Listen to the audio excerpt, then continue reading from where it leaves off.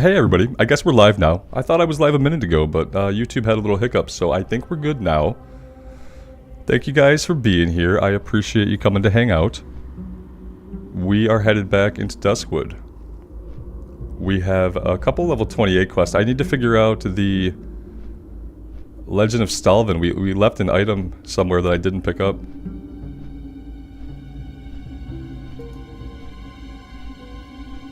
YouTube wants me to use a much lower bitrate, and maybe that was part of the problem starting the stream. The stream's current bitrate is 51,000. It's higher than the recommended bitrate. We recommend you use the stream bitrate of 9,500, which would be an absolute shit bitrate. And it would make every dark part of the game look horrible for you guys. So I really don't want to change my bitrate, and I'm going to try not to do that. I might lower it down to like 30,000. 30,000 would be okay. But I'm not going to lower it to 9,800 or whatever it said. It looks and sounds good, Lael. Awesome. Yeah, as long as everything's working. It gave me a weird issue when I started the stream. I thought I had started the stream, but it didn't actually start right away. And then I saw that weird message about my bitrate being too high, and I thought maybe that was connected.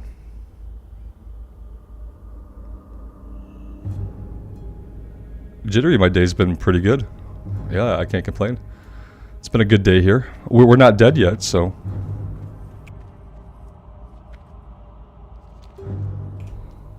we are going to head all the way over to here. I probably should have just flown over to Sentinel Hill. That would have been maybe a shorter run, actually, if I had thought about it more thoroughly.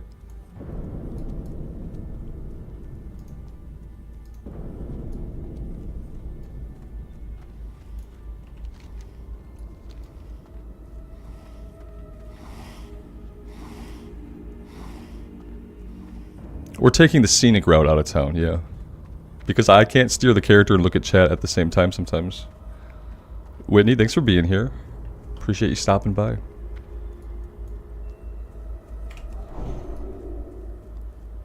I do need to, like, hit some stuff. We need to find some lower level stuff to hit.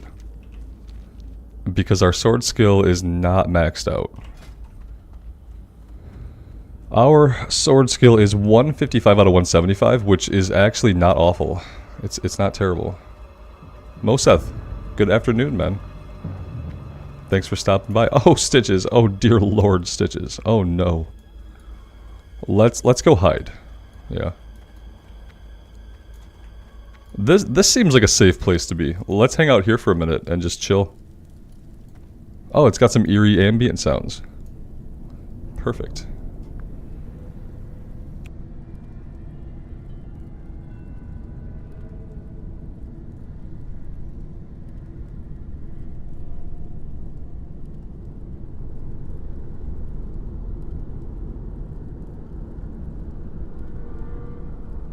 I may have overfilled my coffee, so you'll have to excuse me if I dribble all over myself, like a complete slob.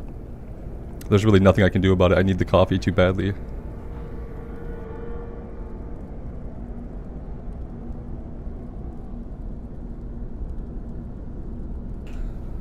Cam Zambi, thank you. Yeah, we're still going. We are not dead yet. We've been trying to be, like, very careful. Okay, I think we're good. Okay, we're not really good. We're okay. Let's get behind him and let's get out of here. Yeah, Remco, the blue axe was a level 21 axe, so yeah, we replaced it. I think the strength we're getting, we did a little respec as well, so we're spec'd now into improved Seal of Righteous, which I think is going to do better for us, stacking it with Seal of Crusader. And so yeah, it's an older axe, and as cool as it was time to get rid of it. I think the strength, the 11 strength on the sword is just going to make it better, especially with how we did our respec. So yeah, that's what we're doing. Jory, thanks for being here. Appreciate you stopping by.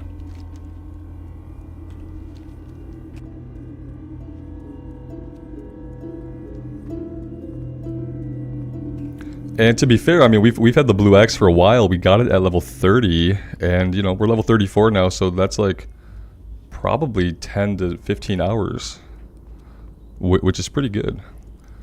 It's pretty good because it was under level when we found it. You know, we were level 30, the axe was level 21. So if we had found an at level blue axe, absolutely we would still be using it for like 10 more levels, you know. But we found a level 21 blue axe, so it's a little bit different. Vasi, you want to know how many hours I play on average of WoW? Recently it's been like 3 to 5, somewhere around 4. I aim for about 4 hours a day. Ooh, what is this? It's not good for us. Okay. Yeah, about 4. Safe travels. Do I play other games non-Blizzard? Sometimes, but usually I just watch my wife play single-player games on the Xbox. She's beat a bunch of games recently, including The Witcher 3, Cult of the Lamb, Immortals Phoenix Rising, Hogwarts. Like, she's beaten all these games in like the last 6 months, so I just watch her play stuff, and that way I don't have to, like, I can backseat game and I don't have to do the controls.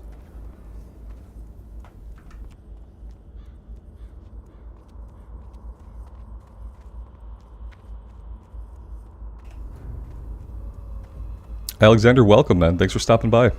Appreciate you being here.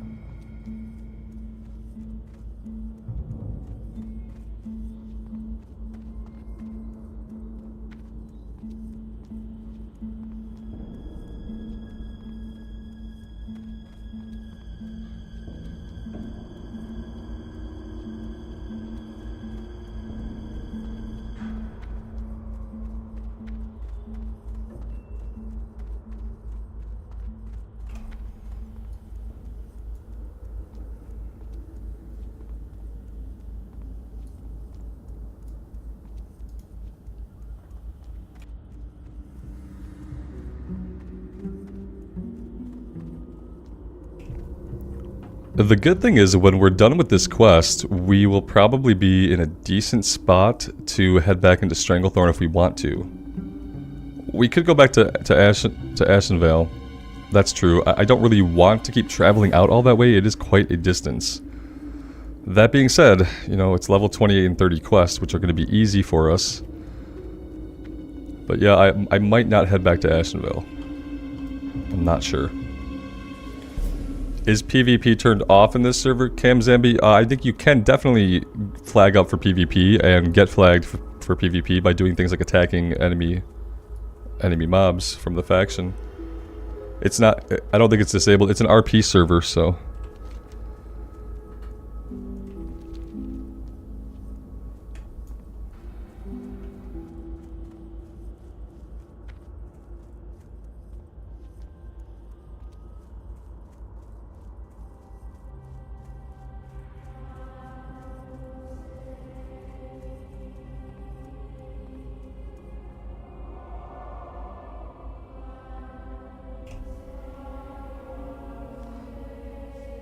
So can't you just get ganked any moment by a rogue? No. I mean, I'm not flagged right now, so no one can just come up and attack me. I guess there are issues where like a rogue could maybe be in stealth, and maybe if I accidentally target him and hit him, maybe that would flag me, and then maybe he could kill me. The chances of that happening to me are pretty slim. Yeah, I haven't experienced any griefing, and yeah, I've been playing a lot of hardcore. And I haven't experienced any griefing, and I haven't seen any griefing happen anywhere I've been at. I know that it does happen, definitely, but I think the times that it happens are like one-offs. There are probably people who make it their day to like sit there and try to grief in a certain spot. That's probably true, but I think those people are really few.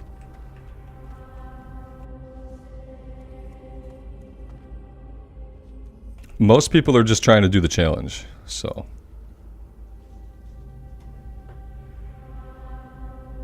Yeah, see, there you go. Grant says, on this server, PvP is optional. By default, you can't PvP unless you flag up for it. So there you go. Yeah.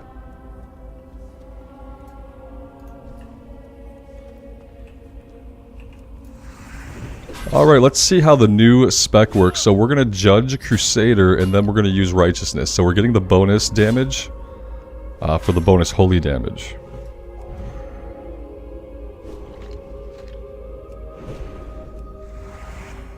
Of course, we're going to have to level the sword up a little bit.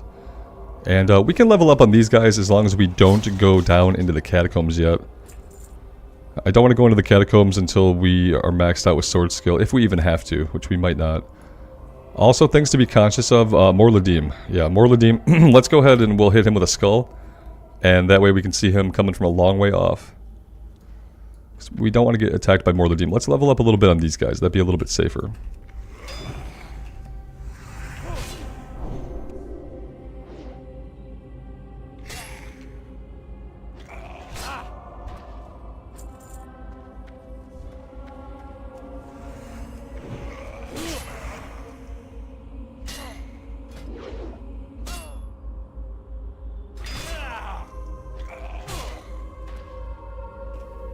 Miles, where did I put my last talent points? We respect, so I completely redid the spec. I'm not sure if you were here for that part. That was at end of last stream.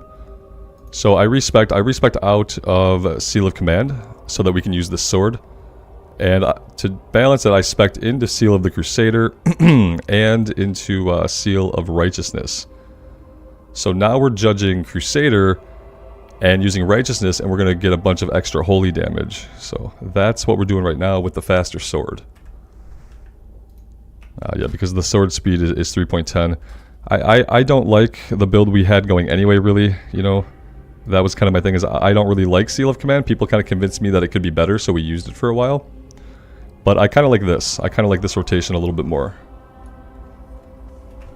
So that is what we're doing for a bit. Ideally, we find like an epic one-hand mace or sword and like a green or blue shield, and we go prot. That's what I'd really like to try. Because that seems like it'll be super interesting and maybe keep us alive as we start encountering more difficult enemies. The new weapon, Jittery, we got from a quest. We had to go into a barrow den. And we had to kill 3 named guys in a barrow den full of guys. And yeah, it was tense. People told me that it was pretty tense. But the reward for that quest was this sword. And it has a bunch of strength on it, is why I grabbed it.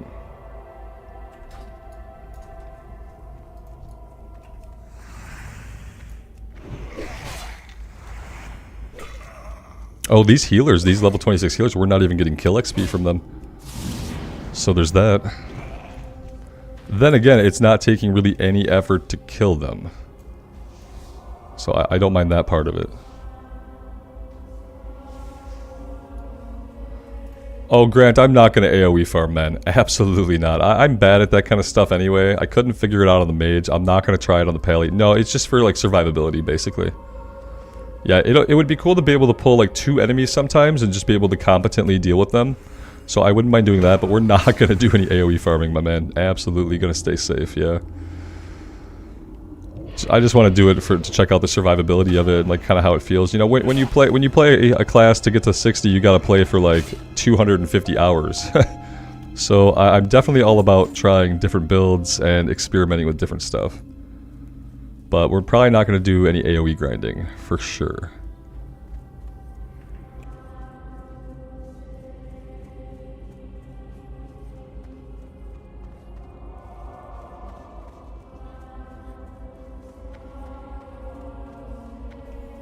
Alright, I think maybe we're going to have to go down into the catacombs a little bit if we actually want to get this one done. And it should be fine. These guys are low level.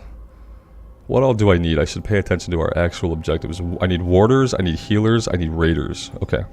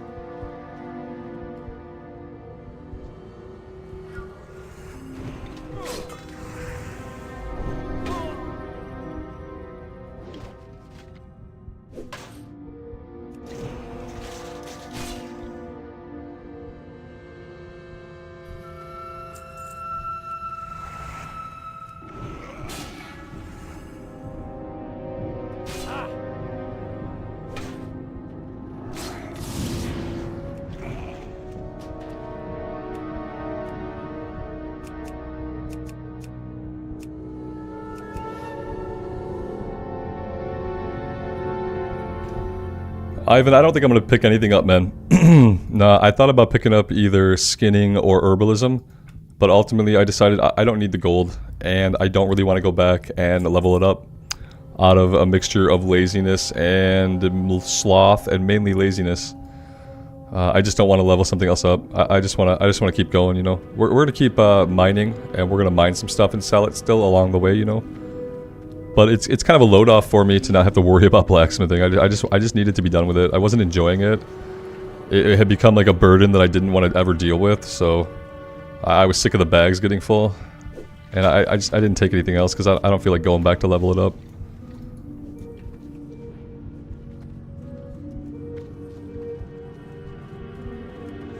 I've learned a lot in this playthrough about how I will build characters for future playthroughs. So, and part of that is never taking a production profession again.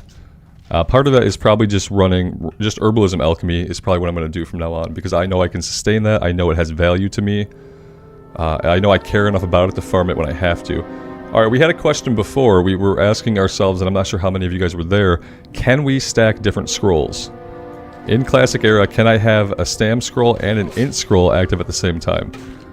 I wasn't sure. I didn't think that we could. I thought I had tried it before, and it didn't happen. But we think now that maybe a buff interfered with my scroll, so I kind of want to see if we can do this.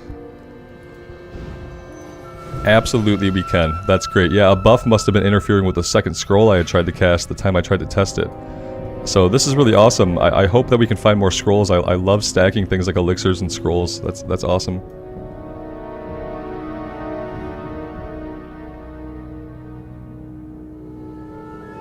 Micah, if you're talking about my bags, this is an add-on called Bagnon. If you're talking about this right here. Yeah, this is Bagnon. Now in retail, they have redone their bags. So this is like something you'll see in retail by default almost. But this is an add-on for Classic.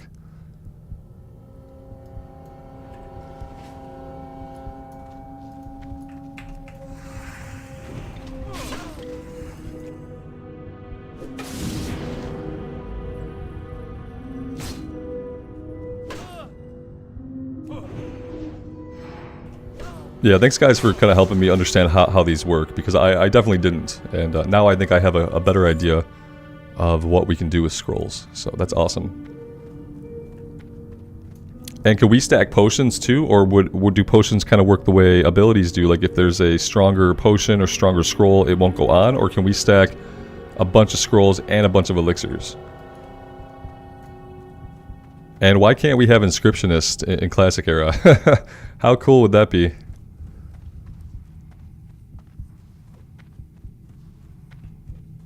Yeah, I think I want Scribe for Classic Era.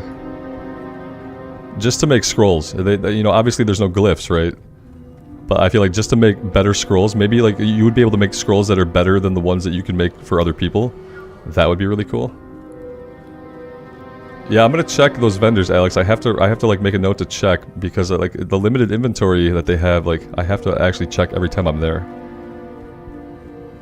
I need to start like maybe starting streams like in Stormwind, you know, so I can do like a round of the vendors and stuff and just kind of check out the weapon vendors, check out the armor vendors, see if anybody has anything cool. And yeah, if I were starting in Stormwind or Ironforge, we could better check those vendors. Tommy Real, thanks for coming by the stream, man. Thanks for being here. Canon G, what's up with you?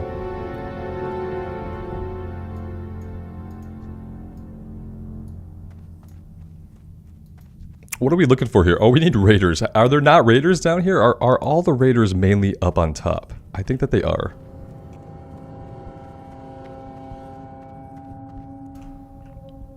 Rappa goes, how much gold do I have now? I have only 23 gold. We did a respec. Yeah. And we're not really worried about gold because we're not going to have to buy the mount. But I did spend a gold on a respec. And I feel like we must have spent gold somewhere else too, but I don't remember where.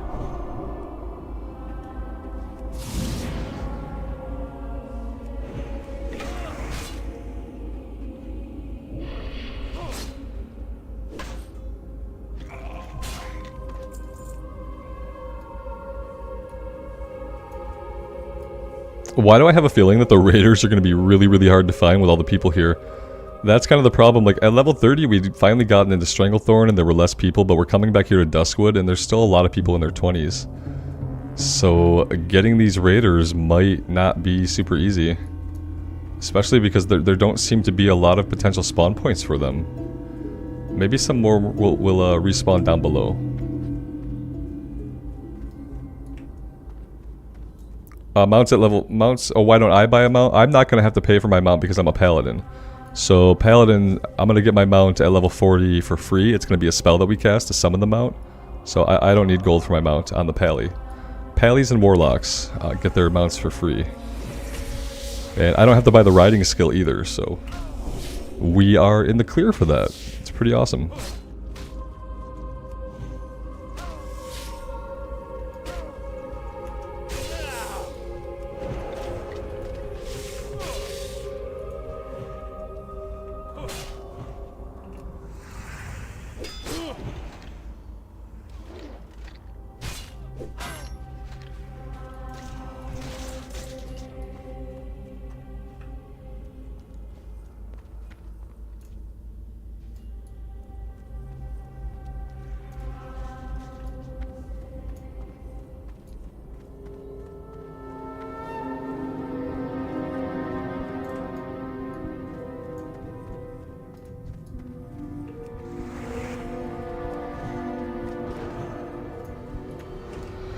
You guys saw that, right? he resisted the exorcism, he resisted the judgment, or the judgment missed, and the rogue still got him. How? That's karma, right? I tried to take this guy, I tried to take him with exorcism and with judgment, and we still couldn't get him. Yep, that's what happens. Ivan, I think the total for most other classes between riding skill and the mount itself is about 100 gold. I thought it was 90 for one and 10 for the other, or something like that. You might get a slight reputation discount as well. So it might not be 10 gold, it might be 9 gold for the one. Yeah, it depends on the rep.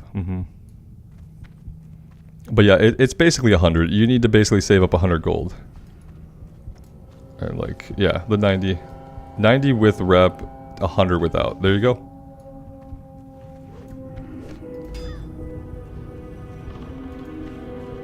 Alright, we got lots of warders back here, but we don't have any raiders.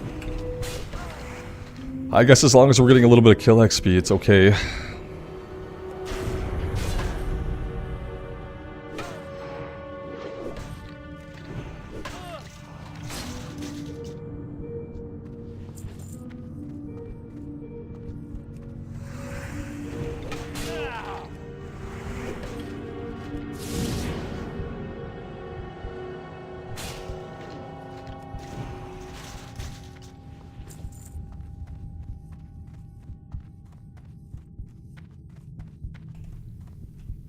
Cannon, how does the respec feel? I like it. I like weaving this in and feeling like it's actually really helping out, as opposed to weaving it in with Seal of Command, and it just wasn't, it didn't feel like it was useful doing that. But now it does, so yeah, I like it. I think I like it. It's one more button to push as well, like having one more button to push at this point, it feels pretty good, just in general, like having one more button to consistently push and a pull. Surprisingly, oh, I was gonna say, are we not gonna get this guy? I guess we should be a little more careful here. We should probably be a little more careful, yeah.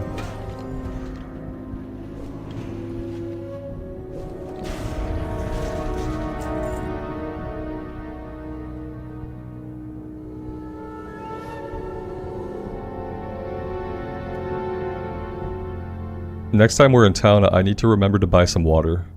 We're down to 15. I'd like to stay above like 30. We're kind of getting to a point where we drink often.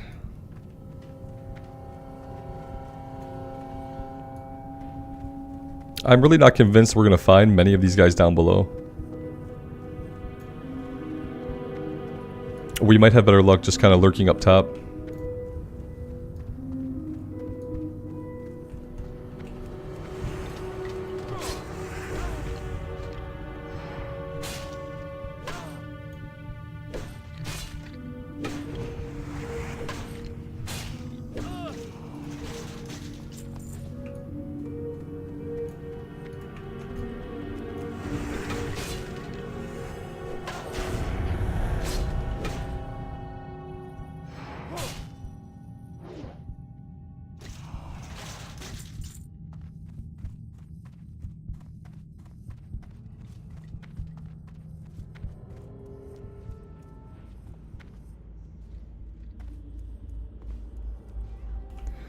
Yeah, Johnny, we're trying to do this level 28 quest over in Duskwood that we had, but we're having a hard time finding skeletal raiders. They don't spawn very many of them, and there are quite a few players here.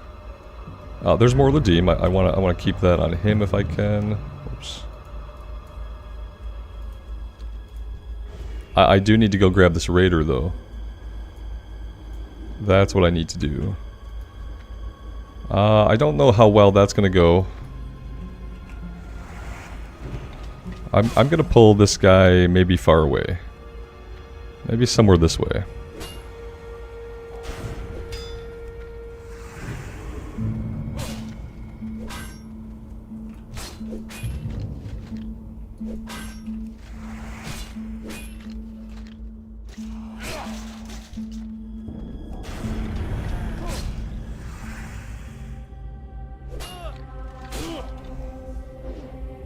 Alex, there's like 6 raiders total. Yeah, that's what it feels like. You need 15 of them, but there's only like 6 spawn points. It's really bad.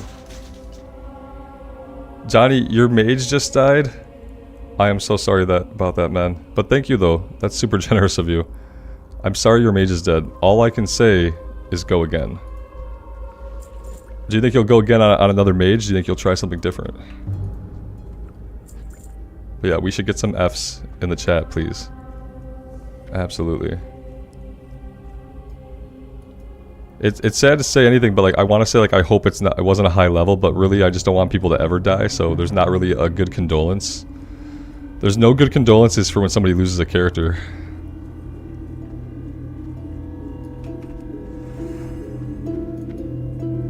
I still feel pain thinking about the troll mage and the way that I got her killed. Still it gives me much regret.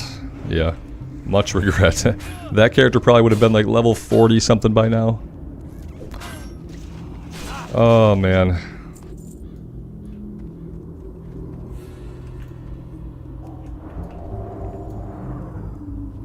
Can I not cleanse that? Slowing poison. This says removes a poison effect, and I don't think it removed it.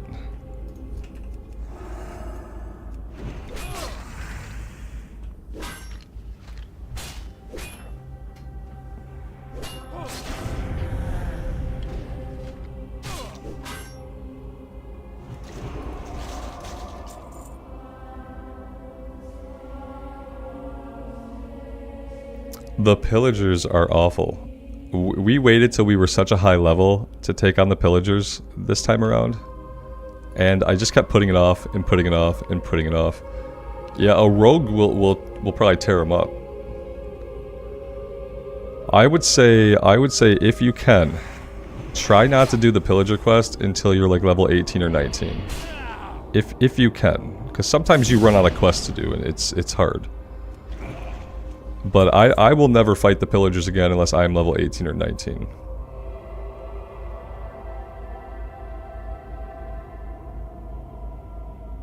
Convo, the elevator was the worst way to die. Yeah, without a doubt.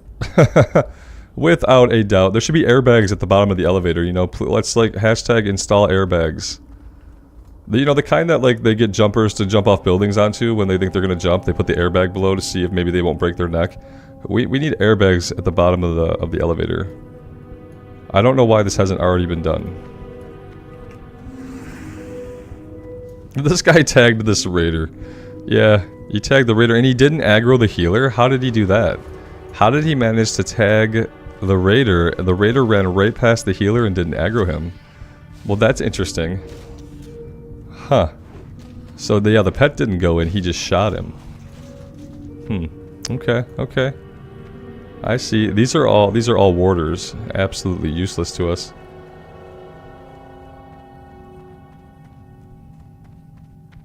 Maybe on the official hardcore servers there will be something built in that elevator deaths can either be rescinded or just they don't count. Because yeah, level 25 priest dead at the bottom of the elevator before I could even press record that day was pretty messed up. Other than that, like, worst ways to die is when, like, 3 guys respawn behind you all together all at once. After they were just killed by somebody else. That's kind of how the Tauren died. Just a crap ton of respawns. that shouldn't have been there. Turkting Taxiarchus, welcome. Files from this folder. I didn't do much with the AI voiceover add-on, so I will not be able to help with that one. But the greater internet might be able to help. What I always say is, like, if you're having a technical problem with something, someone else has had that same problem. And a lot of times, somebody will also have made a quick YouTube video with the exact fix you need. That's usually how I fix things. Because I don't know how to do anything. And if the internet doesn't have an answer, that's kind of scary.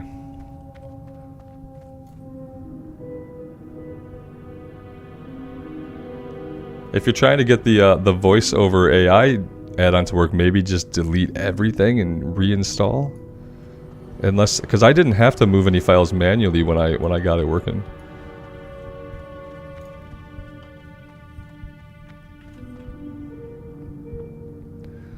Confo, not really. I don't believe that I don't really believe that the elevator is a glitch. I believe that I was stupid. I know what I did to get myself killed. My finger hesitated on the keyboard, and I tapped it forward, but not far enough. My toes got caught, and then I fell back. But, you know, that being said, I don't think that it's a glitch, and I don't think it should be forgiven, but I think they could put an airbag at the bottom of the elevator. I think if they just wanted to be super kind about it, it wouldn't help people who run off a thunder bluff. Like, if you run off a thunder bluff, then ouch. I mean, that is awful, and I am sorry. But you did kind of just run off of a plateau, so, I mean, that'll kill you. But yeah, the elevator is... I know so many people wanted me to not delete the character, you know, and keep going with it, but, you know, I can't keep going with it because I need my verification status. I can't open this and see a fail. So I couldn't go. I couldn't continue with it.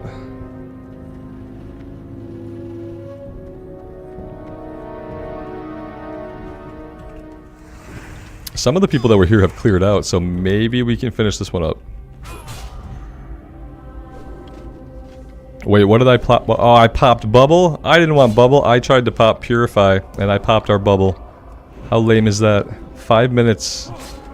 5 minutes. I hope that I don't attract Moral Redeem in the next 5 minutes and need that bubble. We have a couple of other bubbles, so I mean we're not too bad off. Speaking of that, where did I put Divine Shield? Did I not keybind Divine Shield? That's pretty silly. I thought I put this somewhere, but I didn't. Oh, there it is. Oh, right. That's okay. I just can't see because it's on cooldown because I'm blind. So, absolutely. You think they should remove layering? Tell me more. Tell me more. Tell me more.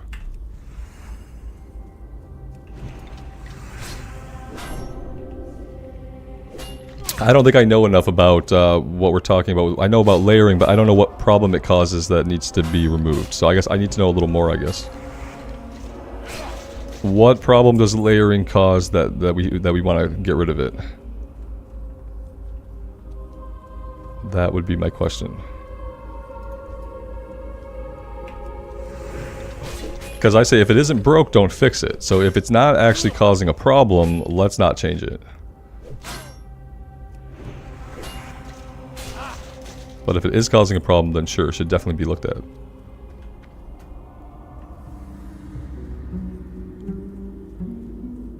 If you get invited to a group, for example, then you might end up teleporting into the middle of enemies because you changed your layer. Okay.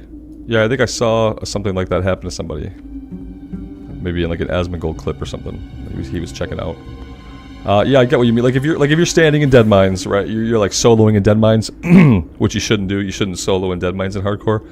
But let's say that you're doing that, and you know you've cleared the little area around you of all the zombies and whatnot, and then you accept an invite to a dungeon group, and then all the enemies are back. Yeah, that sucks. But listen, you know that's gonna happen. So at some point, when a thing is predictable it doesn't, we don't need to remove layering, because layering is solving other problems, I think. I think that's what you might be overlooking, is that layering is probably solving other issues. So I don't think it's remove layering, but yeah, it might be something where you know it works that way. You just kind of have to be self-responsible. You don't take that invite until you're somewhere that you are relatively sure is safe. I would say stand right by the instance portal if you're in that situation. And yeah, but basically just get yourself somewhere safe, then have them invite you. So it sucks when that happens, but it's like if you know that's a high likelihood of accepting a invite in an area that you've just cleared out, don't take the invite. Just wait, you know. Let them know, hey, say, hey, let me get safe. And they'll know what you mean, you know what I mean? So yeah, and I think if we remove layering just to fix that problem, we're gonna have other problems. That's all.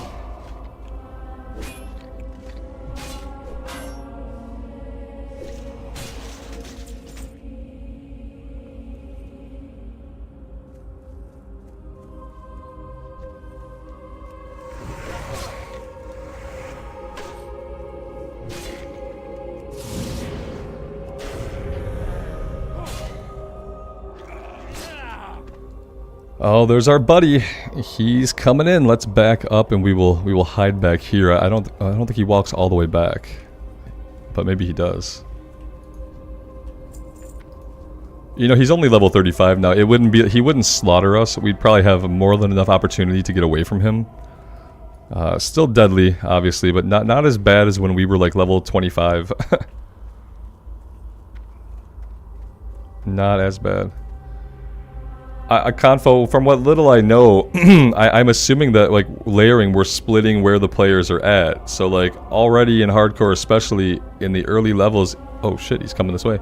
It's so hard to get objectives and to tag mobs, so I guess if there weren't multiple layers where players could exist, then you're gonna have, like, lower level areas that are just way over-farmed. Because they're way overpopulated already. And so layering is working to alleviate that. When you're standing in Northsire Abbey and you can't tag any kobold workers already, like, then think about if there were no layering and everybody on the server that was there had to be right there in that instance of it, then you're never tagging anything. So I mean, layering I think exists to solve the problem of not being able to get tags, not being able to get objectives. So we can't just remove it and be like, everybody be in the same place at the same time. Also, we don't know the technology. Maybe that, you know, maybe we can crash the server if we were all in the same place, all at the same time. It could become a way for players to grief Blizzard and like just take down their servers. Like, hey, everybody on the server at 6 o'clock, we're gonna go stand in this one pixel together. All of us, all 8,000 of us, and we're gonna crash the server. Yeah, but Auntie, the number of people on the servers is drastically different than when you're talking about actual vanilla. Do you know that, man?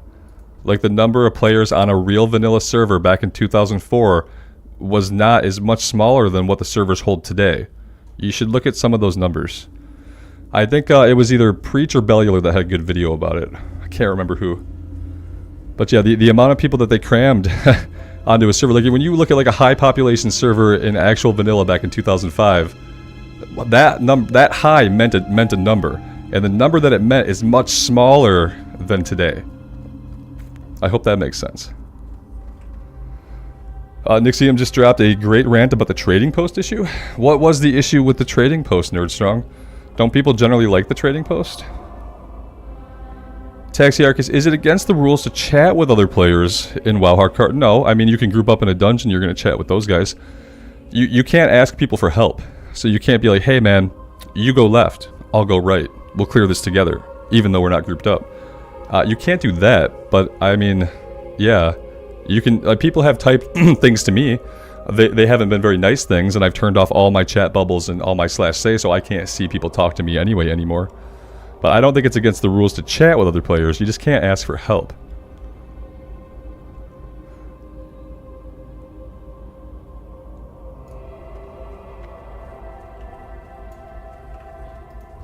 Alright, let's grab this last guy so we can be done with this one, shall we? Are you doing Duskwood 34? Yeah, we're coming back to get this level 28 quest that we had pending. Yeah, we just came back to do this quest. It's a green quest, it's worth experience, and we're gonna get it done. Oh no, there are leaked monetization images showing what looks like mobile-style monetization for the trading post. But isn't the point of the trading post that you buy shit with the currency that you're earning in the game? By doing things in the game? Isn't that the point of the trading post? Wasn't the trading post supposed to be like, it's the cosmetic stuff that's cool, but outside of the cash shop? So why would they turn it into an in-game cash shop? That really, I mean, that doesn't really make sense to me. Yeah, I would hesitate to make any quick judgments on that, because that really just doesn't make any sense. So you're saying that there would be some stuff there would be some things that you would buy with real life money as opposed to buying with the currency. Yeah, I guess I would need to maybe, yeah. They want to sell the current shit. Okay, I can see them doing that. Shit, you got me. I can see them selling the in-game currency for real life money. Yep, okay. I see. Alright, I understand, I think. So you're not always talking about buying like a direct item outright, but just buying the currency. So instead of playing the game, buy the currency. Slide your card, don't play. Playing takes time. Your time is money. Yeah, no, I can see them doing that. Absolutely. And then they'll say, well, you can still get the rewards from in-game currency, so the players that have time to farm the in-game can save their real-life money, and the players that are too busy working real jobs and have real-life money can spend it to get in-game currency because they can't play. That's what they'll say, you know. It's a quality of life feature, like the WoW token. Yeah, I mean, I can see that it's like. And when they do stuff like this, guys, don't think for a minute that the developers that work on this game, that the artists, the writers, the quest designers, don't think for a minute that those are the people putting that kind of stuff into the game, because they're not. They don't even get a choice. They probably find out slightly before we find out. They probably aren't even told ahead of time. Someone in Activision, you know, a CEO, a VP, a P, somebody up there is making those choices, and they're saying, you're going to put this into the game. Because we need to make more money, because we need some more gold-plated yachts. But yeah, don't ever think that it's the developers. Like, it's Blizzard, it's Activision. Like, Blizzard just happens to be unfortunate enough to be owned by them. Take a drink, yeah. A stiff one with that news, probably. Light bless you. As much as that sucks, it's not very surprising, you know. They've got us basically like numb to stuff. It's like you can't even really get upset anymore because they've done enough to like. They did a good job of desensitizing most people, I think, throughout the years of like introducing like the cash shop, mounts, and all the cosmetics. Like they really like somebody was pretty manipulative, and they did a good job of just over time like making most people just kind of not care. I care a lot, but I also understand like this is how things get done. That's how a corporation makes money, and the only thing a corporation cares about, as we know, is increasing profits for its shareholders. That's like the point of the corporation when it's publicly traded. Every choice they make has to be to increase shareholders' value in the stocks and whatnot. Is it fun? Yeah, and the thing is, retail is really fun right now, and it's capitalizing off of that. Retail is really fun. People love retail who play retail. They're introducing a new spec to the Evoker that's going to be a support role. So they're literally mid-expansion. They're introducing a new role to the game, a new way to play the game in a group setting, which like usually that'd be a big back-of-the-box feature. So the devs are kicking it out of the ballpark. They're kicking it out of the ballpark because I don't know American sports besides football. It's kickball. And they're doing a great job, but it's the people at Activision, like the people who are like, you know, they're not game developers, they're money makers, and they're the people who are doing these things. It's absolutely not fair to like judge the game itself based on decisions made like this. Like this is not a devaluation of the game. It's a shitty decision that's going to impact people's feelings for sure. But it doesn't mean that all the cool stuff they're doing in retail is not good. That's the difficult part.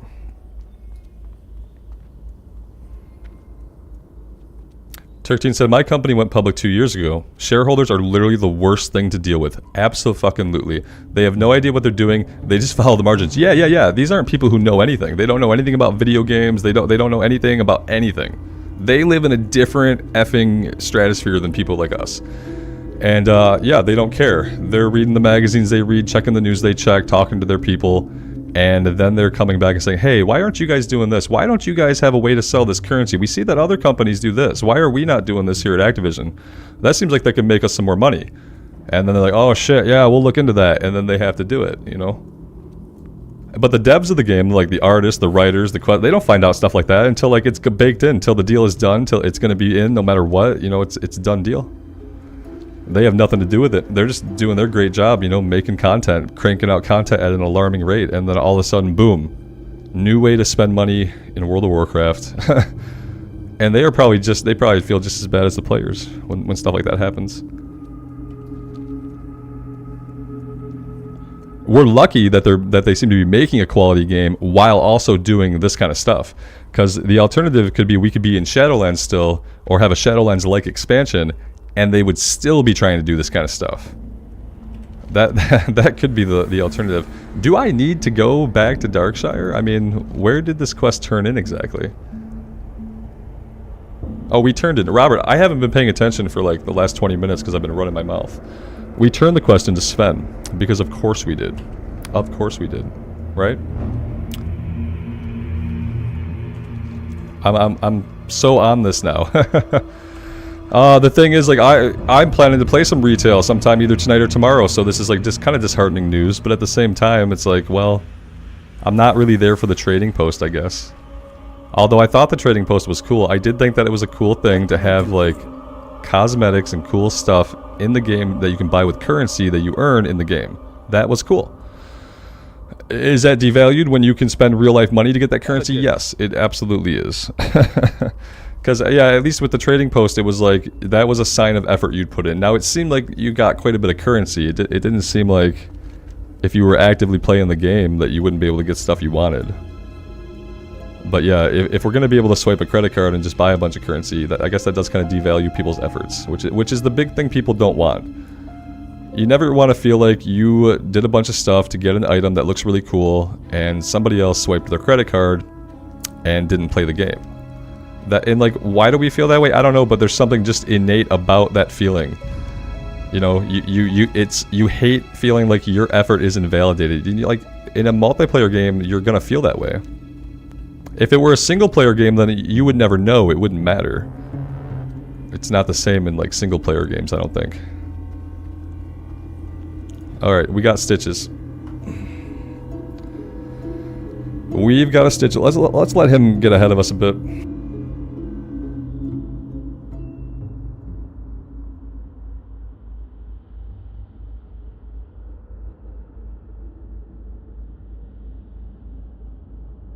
Yeah, I think it's what it is, Miles. But here's the thing: like, you don't have to. I feel like it's like kind of a choice. You don't have to feel cheated. I don't know. I think like it happens, right? It's a natural emotional reaction to have. I just don't know if it needs to be, valid. I don't know. Because I don't like it, but it doesn't make me feel any certain way. It's like, oh, of course they're going to do that. Yeah, that sucks that people can buy, you know, the stuff with their real money. But like, if I see something on the trading post that I want that I think looks cool, and I grab it up with what I've earned in the game, like, I'm not going to be upset because somebody else could, like, swipe their card and get it. It's just like, I want that thing. It looks cool for me. That's really as far as I think about it. Or like, I want that mount. It looks cool. I think about it like that. I get my cool thing. I'm happy to have my cool thing. And I guess my brain doesn't really go to the next step where I'm like, damn, somebody else just swiped their card for the same cool thing, because I'm just happy to have the thing. Whatever it is, whether it's a transmog or a mount, if I see something cool that I wanted, I'm just happy to have it. Yeah, and if I don't have the currency to get it yet, I just like, I can look forward to it. Like, oh cool, I can come back later and get that. But I guess I don't really sit there and think, oh man, people are buying this for money. I buy and trade. Maybe I'll have to now. Maybe every time I use the trading post now, that's what I'll think in the future if they do this, you know. That being said, we're talking about like leaked stuff that's not actually in the game yet. So I'm gonna sell this. I gotta sell it. So we can't ever be sure until stuff's actually put in the game. The thing about this kind of stuff is like if it is a leak and it is a real leak and it gets out and people get really upset about it, modern day Blizz might change. Modern day Blizz Activision might go back on it, you know what I mean? But if we were a couple of years ago, no way. They would just follow through. But if it causes like a big like thing in the community, they want the community to be happy right now with all the content they're putting out. So, you know, it might not stick. it might not stick.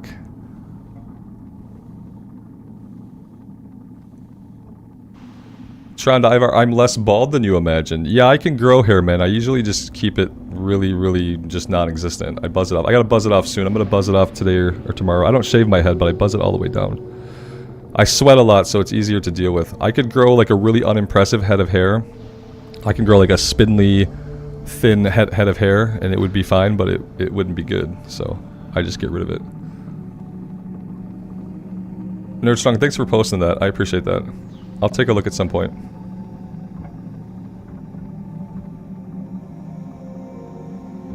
Yeah, Miles, I think a lot of people do. It's like, and like that, you're not wrong for doing so. They've done a lot of terrible shit. Like, some of them have done a lot of terrible shit, and some of the business choices they've made have been atrocious. So like, you're not wrong to feel those things. Absolutely not. It just it sucks when it has to like affect your enjoyment of a game that you would otherwise love. You know, that's the real shame. Okay, I think that we're done here. We're not gonna do these elite quests. Let's think about where we're going next.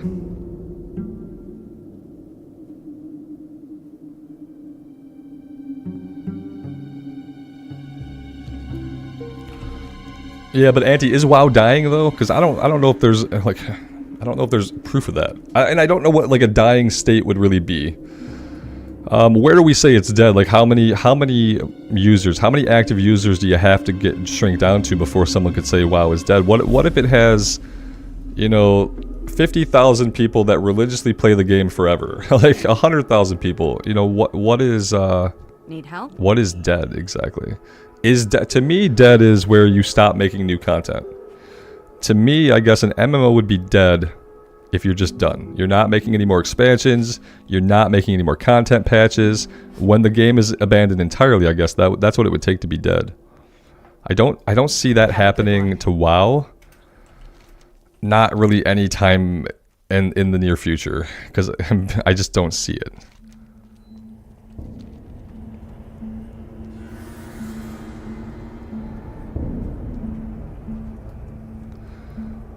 Auntie, it's declining maybe if you look at like if you're looking at like the number of guilds that have killed like the current tier content, but with players scattered throughout Classic era, throughout Wrath of the Lich King, and throughout retail. Yeah, and also like a game that's in a little bit of a slump still isn't dead, because we could settle on the right number of concurrent players. A game doesn't need to have 1 million concurrent players to be thriving or to be alive. What it just needs to be doing well enough that the devs can continue to create awesome content. And if the devs continue to create awesome content, regardless of if player numbers decline or servers shut down, I look at that as a thriving game. Because to begin with, like, not a lot of games, especially in this genre, have ever been as big as WoW. So for WoW to decline just might be achieving like a new norm within like the MMO gaming space. Because I think that MMOs as a genre are in decline. And I think the reason is all of these companies that spring up and they promise the next best thing and then they never publish their game. And so the other parts of the industry learn that it's not profitable to make MMOs, and so no one does. And so since you don't get like a lot of MMOs the way you get like strategy games, first-person shooters, third-person action, you get lots of those games. So those genres are rocking out games all the time. If you're a fan of those genres, you've always got something new to play. But the entire MMO genre is in decline, man, because like they just can't make the games. Nobody can make the games, so there are no games, and so people are moving to other genres. You know, they're going to ARPGs, they're going to action RPGs, they're going to live services like Destiny, and I think that's what's going on also. And I think that plays a big part in how many concurrent players or guilds are clearing retail WoW content. Is that a lot of groups, like social groups of gamers, have gone to other games because the genre is in decline. Mm-hmm.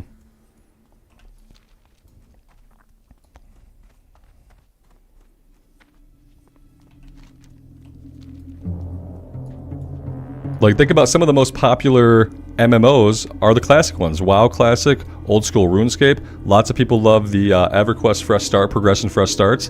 A lot of the most popular MMOs today are games that are really freaking old because nobody makes MMOs. WoW is kind of at fault for being so successful as it was because it just made the industry unprofitable for anybody else to ever get into. And here we are today. We have Final Fantasy XIV, ESO, and World of Warcraft. All very different games. All with their player bases. All of them are old. They're all old at this point. Yep, no matter how you look at it. From a technology standpoint and from a design standpoint, at this point, they're old.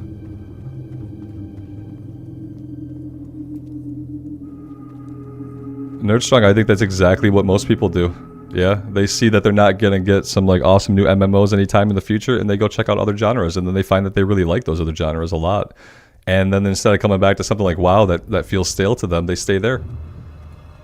And it sucks. I feel like Dragonflight finally got it right, and like if Shadowlands had not lost as many people as it did, I think WoW would be in a much different state when we're talking about decline or growth or whatnot. But yeah, Shadowlands killed it for a lot of people. BFA was kind of like a teetering edge that a lot of people didn't like the story in BFA. And then Shadowlands was like, yep, we're not getting better, it's getting worse. And then I think that we lost a lot of people to that.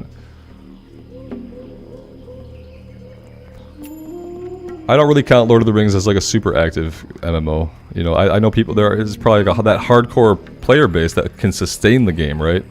It's just not super popular, but it does have its player base, and that's a good point, is that if a game like Lord of the Rings can establish a player base that it somehow still exists today, then I don't think we're talking about WoW being dead anytime soon. It still makes a metric crap ton of money. And as long as it's making money, the monthly active users is kind of a secondary thing, especially to Activision.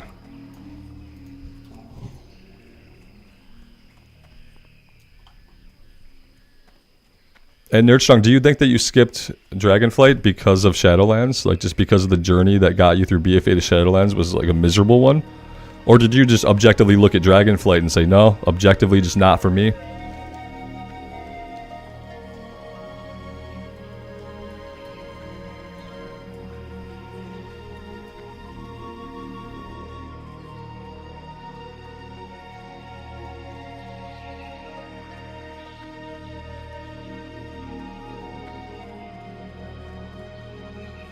Because I think players get there two different ways. I think that like a lot of things people see in Dragonflight, maybe they don't like. Like, I don't like the lore, so I bounce off the lore hard. But I think some people are just still burned from Shadowlands. The gradual decline. Yeah, that makes sense to me, because I think that's what it was with me too. Like, Battle for Azeroth was okay, but it started to feel not great. And the storytelling was obviously rushed. The characters were going in turns that I didn't like. The gameplay design I didn't like. I didn't like the infinite AP grind that was still around. You know, I didn't care about Azerite gear. Everything about the game just seemed to be getting worse. Yeah, and then Shadowlands continued that trend. So yeah, it's probably just fatigue, right, over a couple of just not great expansions. A couple of not great expansions can be really detrimental to the player base. So that's why we're looking at Dragonflight, by all accounts, an awesome expansion for people that are playing it. Everyone says it's great. But there just aren't as many people playing it because they've gone elsewhere. And now, like, they're in a position where, like, they need to try to bring in new players, but unfortunately, World of Warcraft retail, it's still not, like, super friendly to bring new players in. They're making it really easy for, like, returning players to jump back in. Like, there are some cool features coming in the next half patch. There was, like, screenshots of, like, if you highlight an old character on your character screen, you can give them, like, updated bags, you can teleport them back to the home city, you can give them some more relevant gear. So it's making these things that, like, it makes a player, like, think, hey, I can jump right back in pretty easily to this old level character that I haven't touched. And that brings, like, existing players back, or helps to, but it doesn't bring new players into the game. The new player experience is still kind of bad. Especially once they cap out and then they feel like me, you get to max level and you're like, okay, wait, what the hell am I supposed to do now exactly? What's my priority now that I've capped out?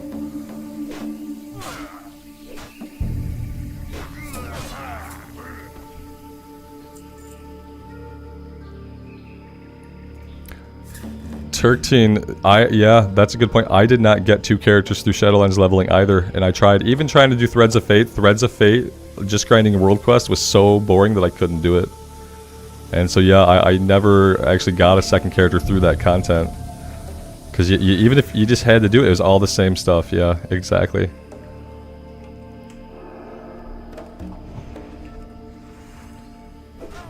I don't really want 2 of these guys. I think we just run from this.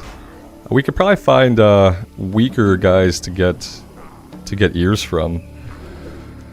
If we wanted to come down here, we could probably find them. Maybe we head that way.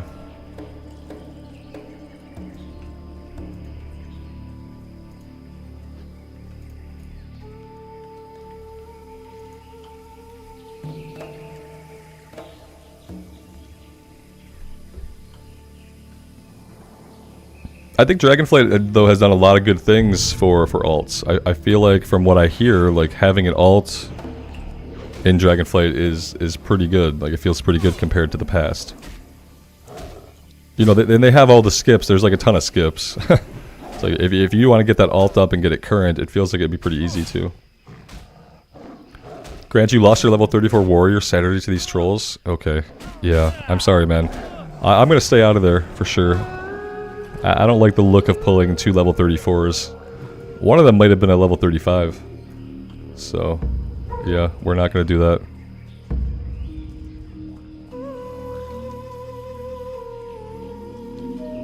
Last-tail raptors also, I remember them being a little bit tough. So I don't even know... Yeah, level 36. I don't know if we go after those either.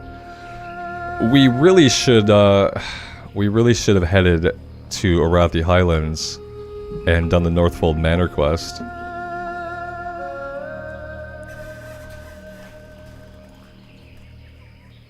Dig deeper network, they can hit through walls there. Yeah, the troll buildings and stuff, you're talking about some of the troll walls don't actually count as walls. I have noticed that in the past, and it's incredibly annoying. Because you're like, oh look, a wall, I'm safe, and then the axe comes through it. And then a lightning bolt comes through and you're like, oh, okay. I am not safe. The zappy goblins, man. I don't want to fight the zappy goblins. They almost killed us. They were part of why we almost died the time that we dinged and it saved us. They were part of the problem. They were 2 of them hurling lightning at us, at least.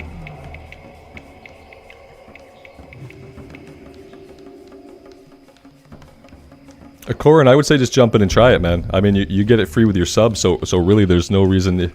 If you kind of dig what you see, and you like the pace of it, it looks like it'd be interesting. There's really no reason not to just jump in and give it a shot. I'd say don't do a hardcore run. You know, check out classic era servers.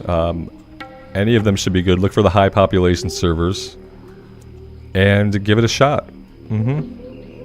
Maybe pick the class that you play in retail and roll it in classic era. That could be really interesting for you. Because you'll see how you'll recognize some things, but you'll see exactly like how different it is, and I think that's a cool experience to have.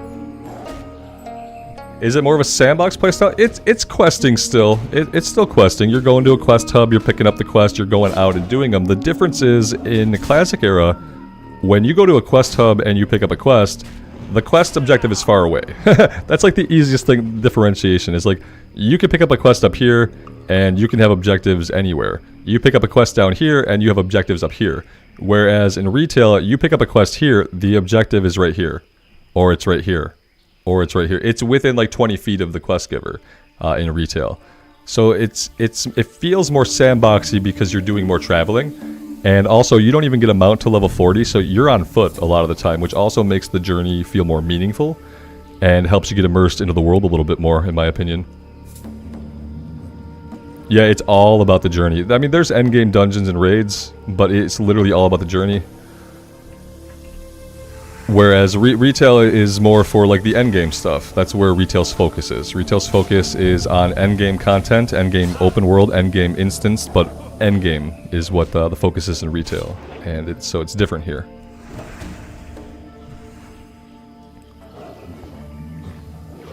Yeah, exactly, Auntie. In Classic, you could pick up a quest that just sends you straight up to the other continent. Like, okay, go here at some point and get this. We'll see you when you get back. It's like totally different. You play retail, and there's no quest that makes you go more than 30 yards from the quest giver anymore. It doesn't seem like, unless it's a breadcrumb that takes you to another hub. That's really the only time in retail when a quest will send you even remotely far away is when they're leading you to another quest hub where you're going to grab all the quests and do them within 10 yards of the quest givers. So, yeah, difference of design, right? Just a difference of design. Retail is designed perfectly for the game that it is, and the game that it is really focused on the endgame stuff.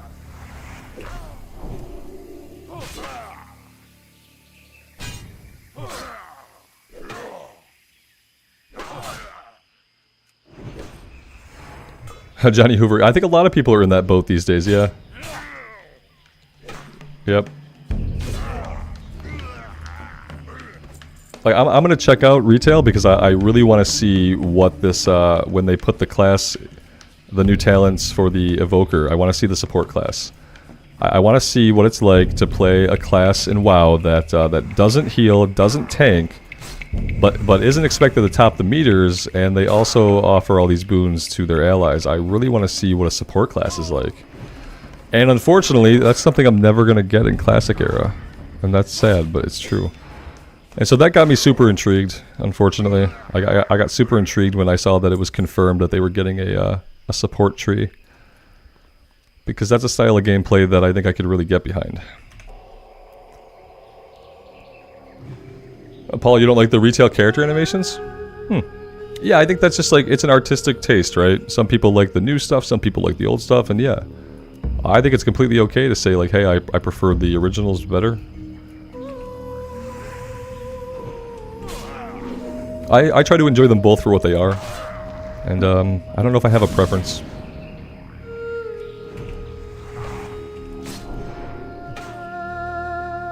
At this point, they look like completely different games in some regards, depending on the zones that you're in. They often can look like totally different games. Especially because in retail, you could be playing many classes that just don't exist in Classic Era.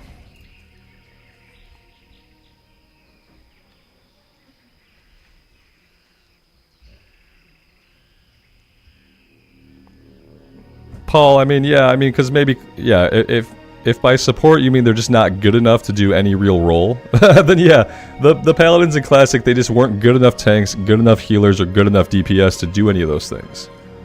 But that didn't make them a support class. It made them gimped. So a little bit different. I get what you're saying, and I'm kind of taking the piss out of it. I'm sorry for that. But I do get what you're saying.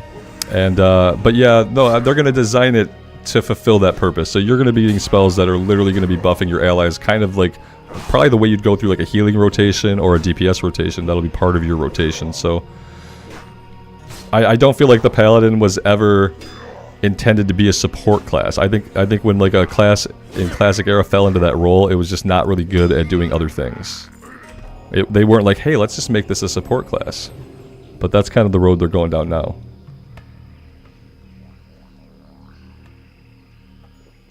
And of course, there will always be different opinions on how good classes were or were not. And no one's entirely right or wrong. A lot of it's opinion based on how it felt. Corin, there's a pretty big difference, yeah. Because Wrath Classic is 2 expansions out. So you had Vanilla Era, that's where we're at, and the Classic Era was original WoW, how it was when it was refined after launch. Then we had Burning Crusade. You can't play that anymore. That was last Classic expansion. Then you have Wrath of the Lich King. So a lot of changes happened between Classic Era and Wrath. So yeah, drastically different game. Drastically different game.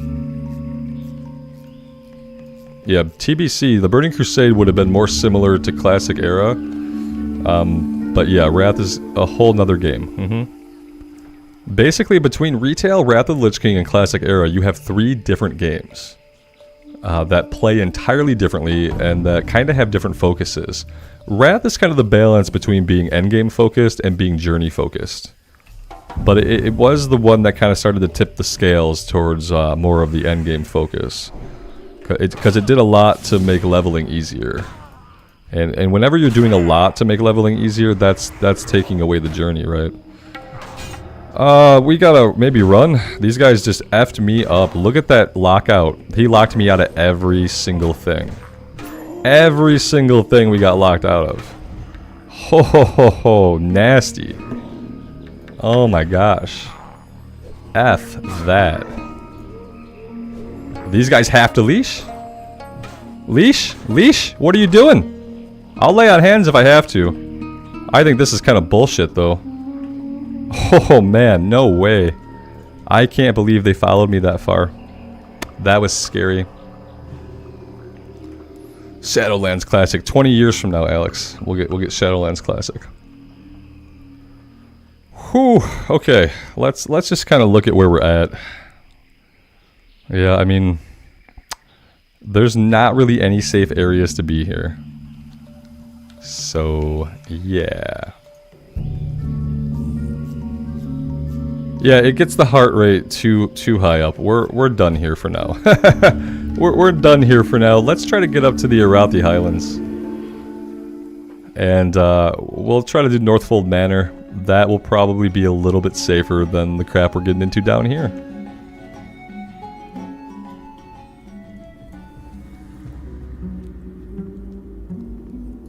Yeah, those guys were... I can't believe when he shield bashed me, all of my abilities were all holy and they're all on cooldown. That was pretty terrifying. And it was a long cooldown. I did not like that at all. Nicholas, I did the Shimmering Flat stuff. Yeah, we did that way too early probably. But yeah, I've already done it.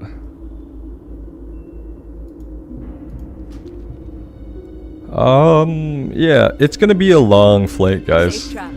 This would be a good time if you wanted to go like make a sandwich or get some coffee or read a book or do some chores or anything like that. Spend some time with your loved ones. Get some work done at work. This would be a good time for it because we are going to be here on this flight for a while. Ryan, welcome to the stream, man. Thanks for stopping by. I appreciate you being here.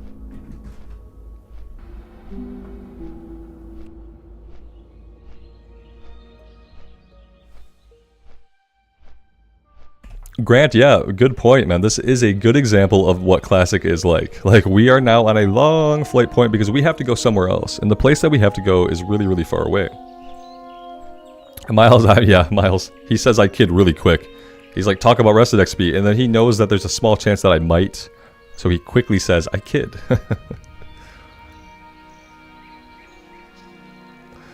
Yeah, Alex, I could have done that. Yeah, I could have been less lazy. I could have went to Stormwind and jumped the tram, but maybe I still can. Let's see if this will put me down in Stormwind.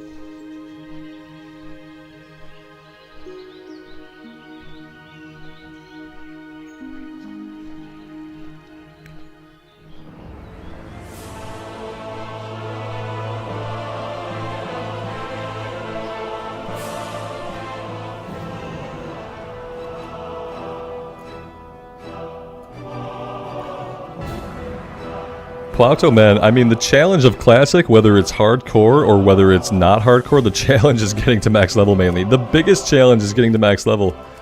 Because max level takes a lot of time. It's a long journey, and you just have to want that journey.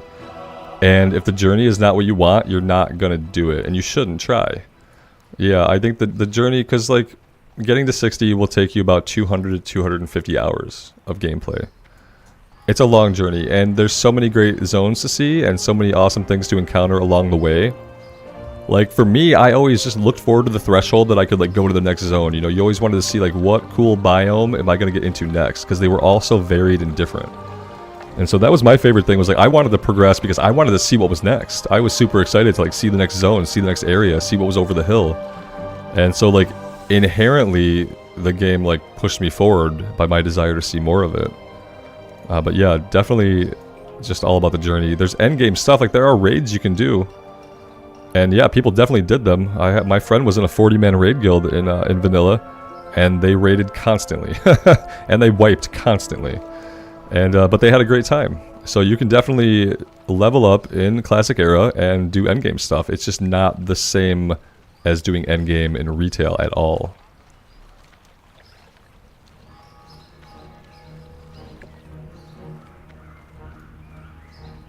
Steven, I did get one-handed axes. Yep. Mm-hmm. Thanks for checking, though, because, yeah, I often forget to do stuff. Like, we went to go check for some weapons to buy, and they were right by the trainer, so I trained then. Nicholas, 10 days of playtime? Yeah, for sure. I don't know what we're at here. Let's check our slash played. We are at 3 days, 11 hours, and 20 minutes.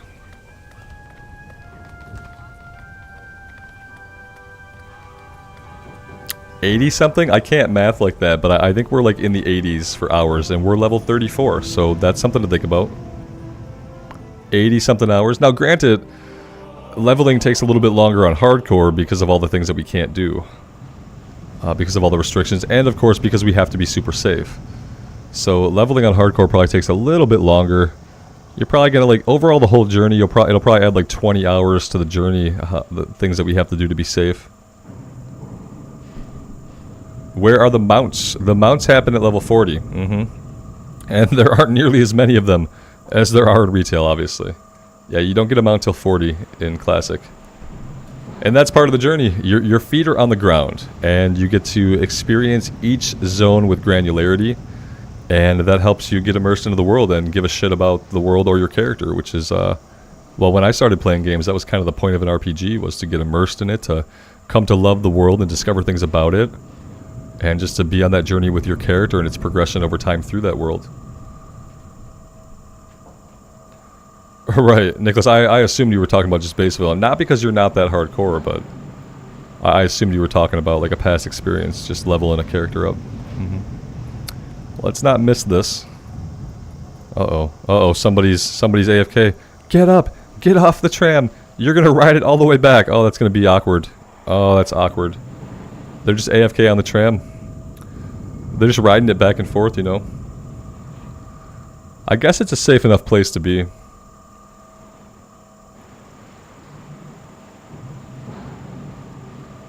Yeah, and in retail you get that same riding speed at level 10, absolutely. And actually coming in the next patch in retail, they're making it so you don't have to go to the trainers to get your mount. You just kind of like get it when you ding those levels. So at 10 you have the ability to ride a mount. Which I think for retail is better. I think for retail, like having to go to the guy to get the mount just seemed kind of disingenuous, because there's like no point. You're going there like at level 10, you're going back a couple hours later at level 30. It's like, okay, like we're going back so often to this guy. Let's learn the ability when we ding. And so that's the change they're going to be making in retail, is that you won't even go get the training or the mount. You'll just ding and you'll get the ability to ride. Which obviously really helps like alts, so that you already have lots of mounts you can ride. Having to go back and buy the skill for 10 copper was kind of stupid.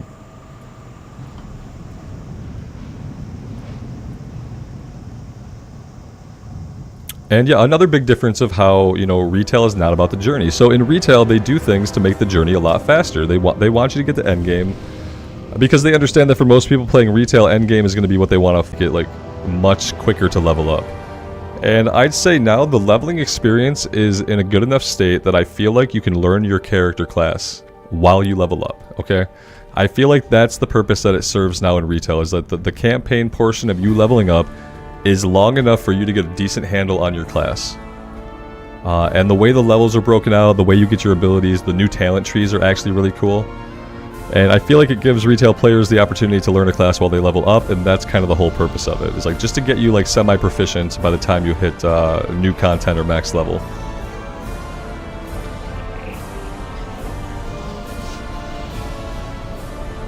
No. See you.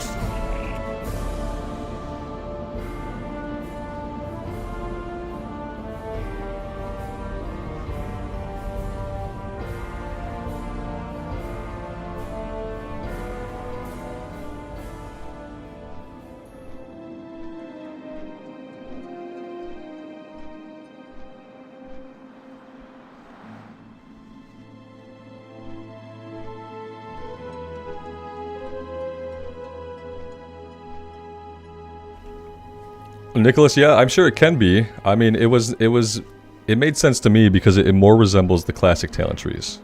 To me, that's kind of how I looked at it. But yeah, if you were looking at the retail talents for the last like 10 years, yeah, with like you only getting a choice every like 5 levels after level 15 or whatever it was. Yeah, it's very, very unlike that, but it's more reminiscent of this.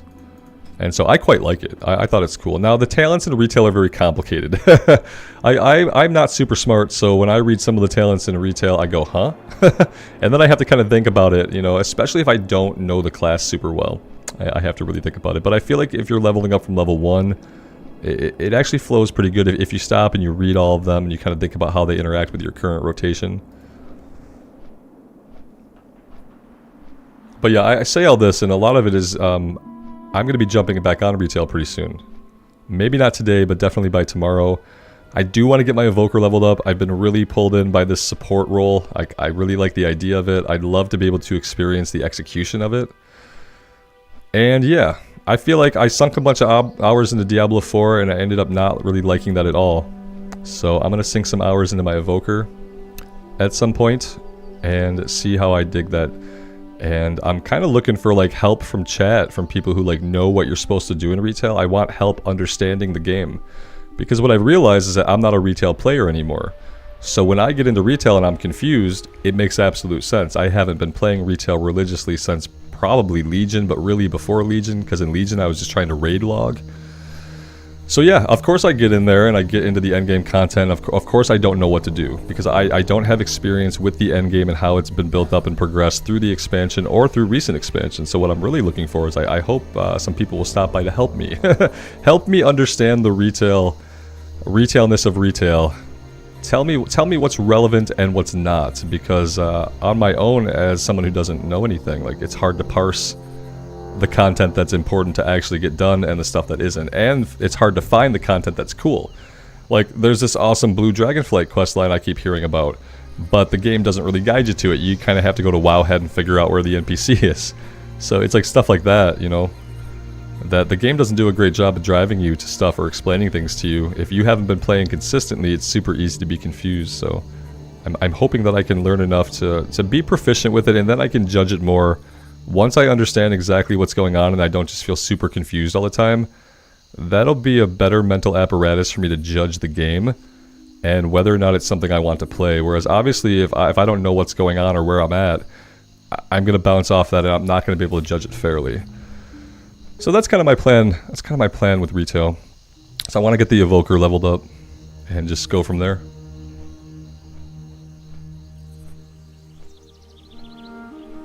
And I hope some of you guys will join me for that journey, but I totally understand people that just don't care about retail. You don't want anything to do with it. You don't want to see it. I totally get that too. Because I have felt that in the past. I have had that feeling. Mm-hmm.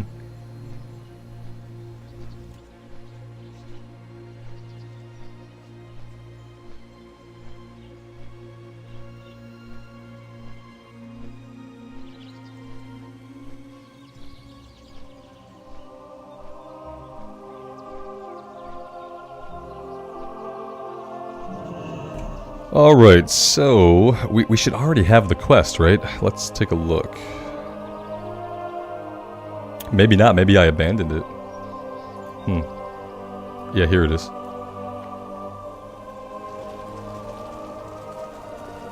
Then Whitney, I think I took that quest from him today. I logged in and did my talents, and I saw Calyx standing in the main square right outside the seat of the aspects.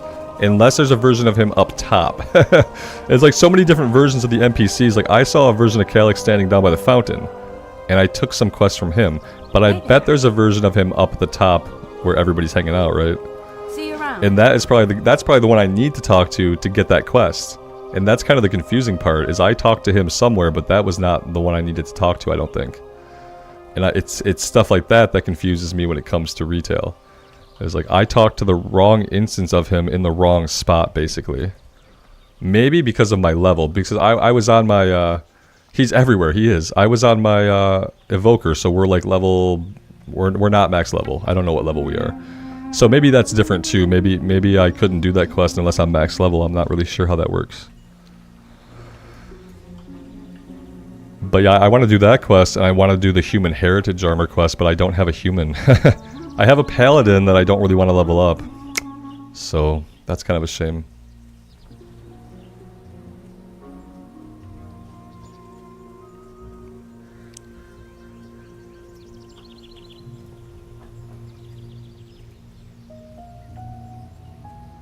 Nerdstrong, I thought about doing hardcore, but then I think I talked once about my experience with the Butcher. I had a bad experience with the Butcher. And I think I just let it get to me, because I thought about that too. I'm like, I don't really like D4 too much. It's not very interesting to me. I'm like, but maybe if I tried it on hardcore, I'd get more invested in it, the way I get more invested in my WoW characters that are hardcore. So I had that thought. I haven't acted on it yet. I kind of came to some conclusions about myself and ARPGs. I don't think there's anything wrong with Diablo 4. I think Diablo 4 is probably an amazing ARPG. And so I reached the point where I didn't have to keep finding ways to like it. I just kind of had to admit to myself that I might not be and probably will never be an ARPG player. And I don't know why, but at this point I just have to accept it. And then maybe the why of it becomes, you know, more apparent later on. That's definitely an opinion, man. And that's fine to have that opinion, yeah, absolutely. Not everyone feels that way, though, obviously. Some people say that it's, you know, extremely good, and that's fine. Everybody can have their own opinion. Our opinions are ultimately more about us, a lot of the times, and not completely to do with the thing. Obviously, the thing, in this case the game, has something to do with it, but a lot of it is also how we feel about it, how we interact with it. And I did not enjoy my interactions, and that's just on me.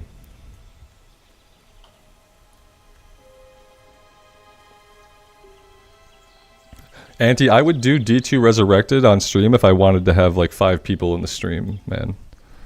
At some point I have to think about that too. Like for me, like if no one's enjoying it and no one's watching it, it's not exciting for me. I want to hang out with you guys and play games. You know what I mean? I don't think there's any interest in it, that's all. There's lots of games I would play if like general interest was not an issue, you know, but I do like playing stuff that you guys are interested in so we can hang out, and mainly so you can help me. I mainly need your backseat gaming, so.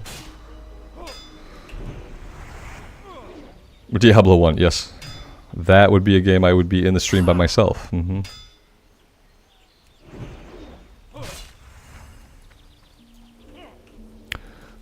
Yeah, there's lots of rogues here. Okay, I get what's going on. I'm picking it up. We are gonna have to deal with a lot of stealth guys, so we are gonna have to do like a circuit of the outer portion of this little town here. And we're gonna have to take out all the stealth guys before we kind of make our way in. Lael, I liked it too. Yeah, I absolutely enjoyed the little bit of Diablo 2 Reforged. I know it's not called Reforged. That I played. I did enjoy it. Yeah. I played a little bit of it on the channel, and I think it was kind of the same thing with that. Is I just kind of fell out of it, and obviously now I'm realizing that the reason why I fell out of Diablo 2 is the same reason that I kind of fell out of Diablo 4, and that is that I'm probably just not a Diablo player, and I've just had to just be okay with that.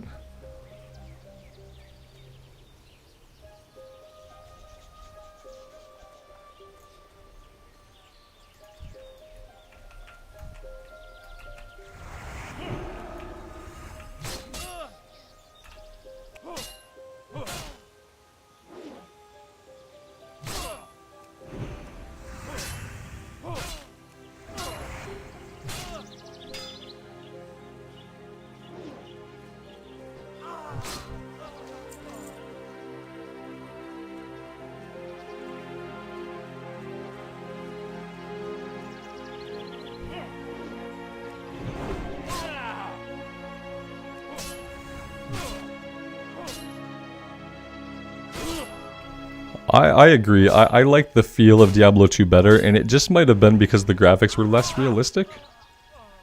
I think that like the darkness of D4 got to me so much more because of how good the art and graphics were. Whereas like Diablo 2 Remake looks good, but it doesn't have the same level of fidelity or details in some of like the dark parts. Yeah, it's hard to say. I feel like I did enjoy D2 more than I enjoyed D4, but I feel like I bounced off of both of them for the same reason. And it could also be the aesthetic, because, you know, I played a little bit of Last Epoch, and Last Epoch is an ARPG, and I actually really enjoyed that. And I'm looking forward for the 1.0 so I can see the story. And the thing about Last Epoch is it was an ARPG, but it wasn't like super dark all the time. There were like, you know, vistas like this, where there was like green grass and forest lands and other cool stuff that had different colors to it that were not black, gray, or white. Or red, like blood. And so yeah, for me, maybe part of it was also like the artistic design. As awesome as the graphics and art are in Diablo 4, I don't think they are for me. I think that if I have dark parts of the game, I need places like where we're at right now. I need there to be light parts of the game too, and that's not the game that Diablo is. It's never been like that. And yeah, that could have been part of it. Because I put a lot more time into Last Epoch than I did into D4, and I spent a lot more money on D4 than I did on Last Epoch, so yeah. It might have something to do with the aesthetics.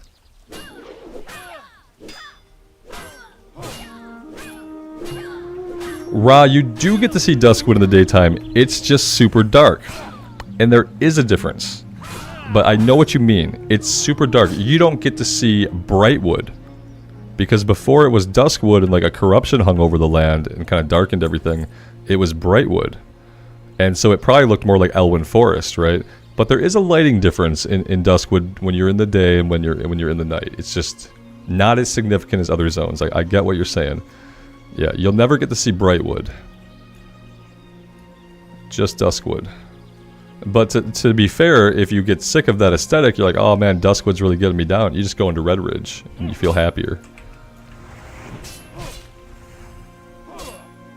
Beta, wow, you needed a torch to be able to see in Duskwood? That's freaking awesome. That is awesome. Yeah, the darkness in Classic Era is much darker than darkness in Retail. That's something else. But it's not super dark, you know. But yeah, it can get very dark. We kind of found that out. We were in Westfall the last time we played at night, and it got pretty dark there. The moon was out. It was very pretty. The torch thing is great. I wish some stuff like that had made it like into the game. It'd be a huge pain, you know what I mean? Like, I don't know how it would ever work, but I guess you'd have to make it work. Like, we would not be able to have a two-hander in Duskwood if we had to carry a torch in our offhand, so that would be kind of a game changer for a lot of classes. And unfortunately, the sad thing about that is like it wouldn't affect casters at all, really, unless you made them... Well, if they had a staff, it would affect them, because then they would not have that equipped. I see why it didn't make it into the game, but it's cool anyway.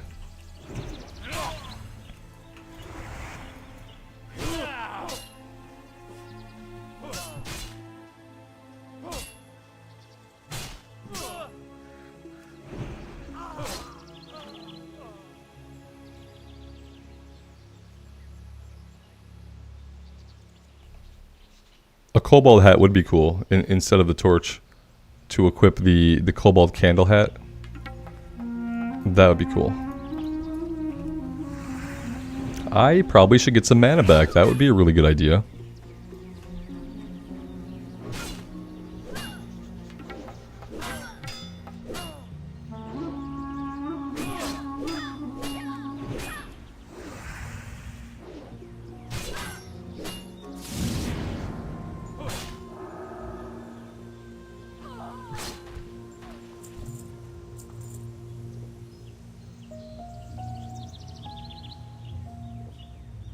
And again, I forgot to get any kind of water. Yeah, we were in Ironforge, we were in the Rebel base, and we did not get any water. So we could run out here. We have 13 left. What do we need? 2 more highwaymen and a bunch of mercenaries. The mercenaries are the ones that are in the interior. And then isn't there a type that we don't need at all? Yeah, the Pathstalkers we don't even need, but they're going to be in the way regardless.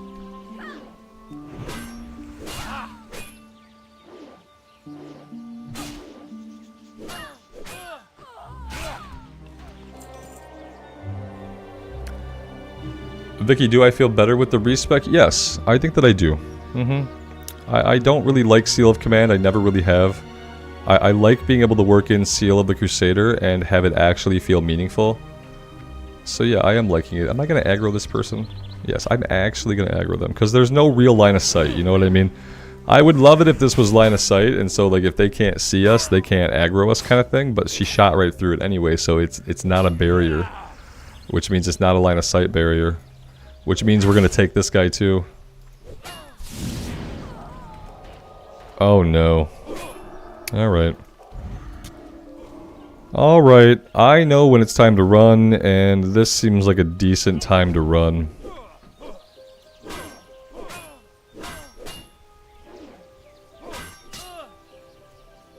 Is it?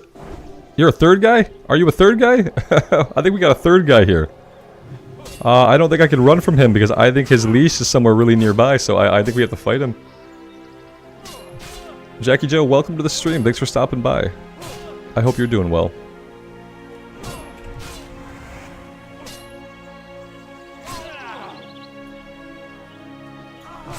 Alright, let's drink. And then let's heal up. And I guess we have to be a little bit more careful. Because that was almost bad.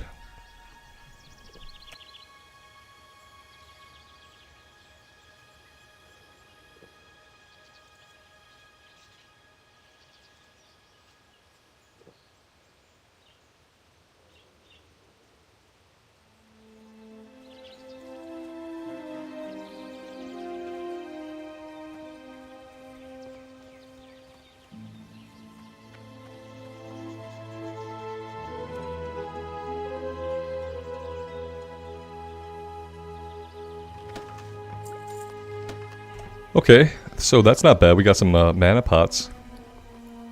A little bit better than the tiny ones that we have.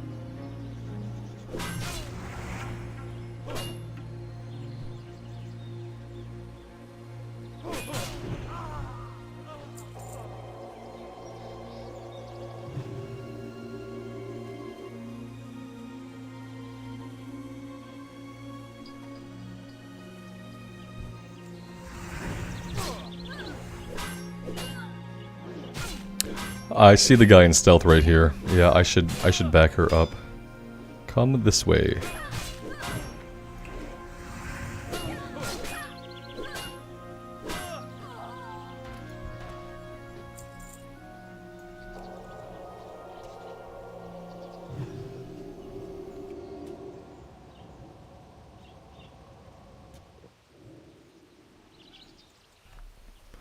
Rather, maybe YouTube videos from back then.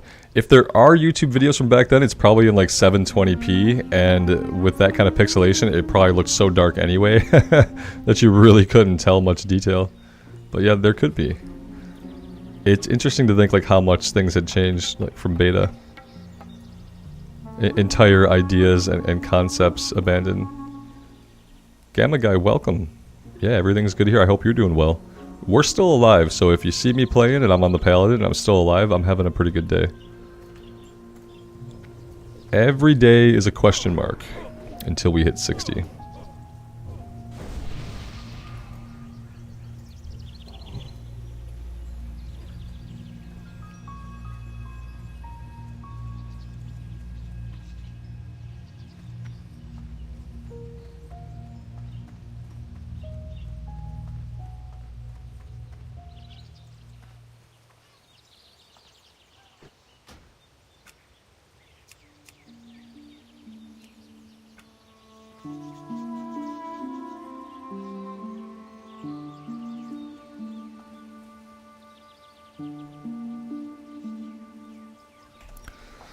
I don't really want to go into the barn, so I'm kind of just waiting for respawns. We do need one more guy in stealth. Maybe I'll find a stealth guy really quick while we wait on other stuff to respawn. An Easter egg cow level? Definitely. The cows should have a chance to drop epics. I think that's pretty obvious. There needs to be like a cow loot table.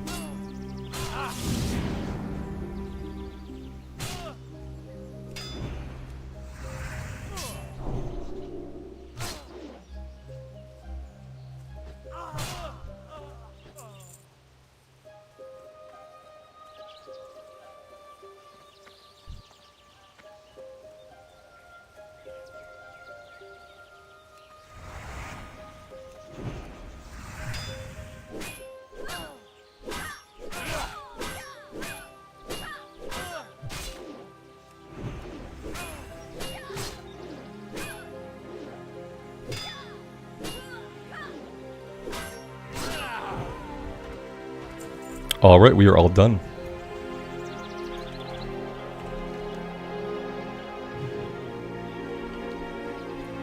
I don't think we're gonna do this stuff over at the farm. We have to escort this lady. She's a druid, and she goes into bear form. And then I think she pulls a bunch of guys. I think there's at least 1 3-pull that we have to fight through, and if she dies, we fail the quest, and if she dies, we're probably gonna die. So, yeah. And I've failed the quest before, when I've not been on hardcore. I might have failed the quest in Wrath of the Lich King era. So I don't feel super confident about taking it on. I feel about as confident as I do walking through this field though, which has a lot of baddies in it that are at a decent level.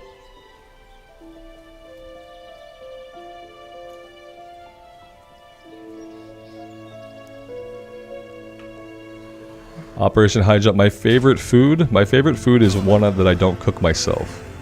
Because I'm not a very good cook. Other than that, I'm not very picky. I don't like fast food. I like food to be fast.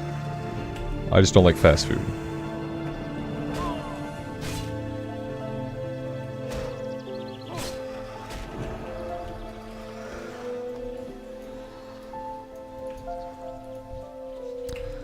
I am not digging this. This is a level 34. I don't want to be fighting a level 34 right now. I was trying to relax.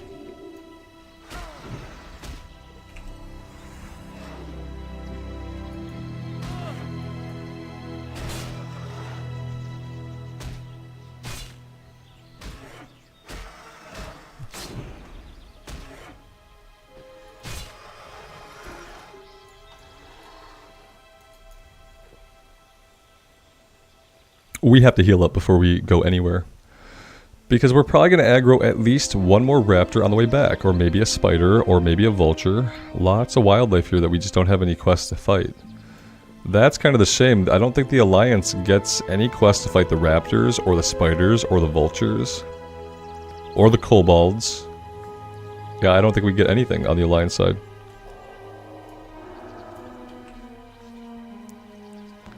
So that kind of sucks. That's like kind of like half of a zone we really lose out on by being Alliance. Because the Horde, they have a lot of stuff to do here. They have ogres to fight, trolls to fight, they have raptors to kill for 2 separate quests. They've also got the Northfold Manor stuff as well. So they even get to double up and do that. I think it's more of a Horde zone, I feel like. I feel like Hillsbred is also more of a Horde zone. But speaking of Hillsbred, well, that's the only one we have from Hillsbred, is the one to go talk to the people at the farm.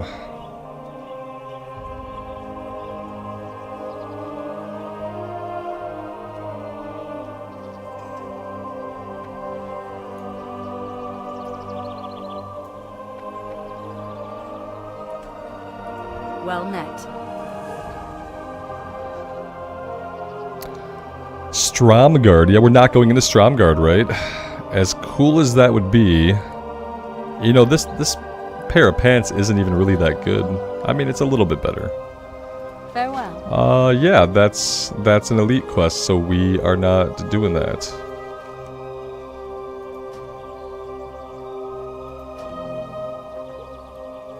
Jory, these days we don't really go out to eat a lot. Sometimes we'll go to like a diner and have some diner food.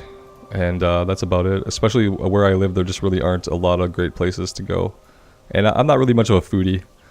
For me, my relationship with food is that I just need it to be in me, and I don't really care about a lot else. I just eat it, you know. I've never been a big foodie. Keep your feet on the ground. Looking for something specific. If I'm eating out and I had to say like what I would want, I want a steak. Anywhere I can get like a good steak, I wouldn't mind. Hello. But that's really all that occurs to me off the top of my head. Is a nice juicy cut of steak. Alright, what are we going to do now? I have no real smart ideas on what to do now, because we can go back to Stranglethorn, but that doesn't seem like a really smart idea. That seems like it would be pretty dangerous. At the same time, where else would we go? Jason, no man, do I still have no FOMO over not doing JJ? I feel so good about not doing JJ. When I was trying to do JJ, I was like angsty about doing it. It was not a good mindset for me to be in making content. Because I did not like JJ, I did not want to really do a JJ when I found out about the JJ. It was like late, I never asked for it, I never wanted it. and I don't feel like I missed out on anything.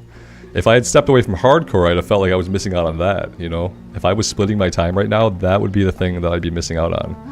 And I've talked about this a little bit before, I don't have any desire to level up any characters through Wrath right now. Because for me, Wrath is kind of a done game. We're going to get Trial of the Crusader, we're going to get the Lich King, we're going to kill the Lich King, and the game is over. And I've already done all that stuff. I've already done it all. I've already farmed up all the gear. I've already farmed up everything I would ever need to do. I've had those experiences before, and the experiences that I have now, they're not going to be as good. And I think a lot of other people kind of realized that about Endgame Classic stuff long before I did. I thought Endgame Classic stuff was going to be something that I really wanted to engage in, that I really wanted to do. I thought I wanted to raid a couple times a week. I had these thoughts, right? But none of them turned out to be true. It turns out, you know, I was in my 20s when Wrath came out. I did all that raiding with an awesome guild that doesn't exist anymore, with people that I don't talk to anymore, that I just lost contact with, and I'm never going to recreate those experiences. And nothing's really ever going to come close to that for me. So yeah, I kind of decided for me, Wrath is kind of a done game. I want to see some of the Horde questing in Northrend. I would love to get the Tauren Warrior at least through the questing, so we can see some of the quests and read some of the quests that we haven't read. But other than that, like for me, Wrath is done. That's kind of how I feel about Wrath, and it's like it's fine. Like people still like it. I get that people love it.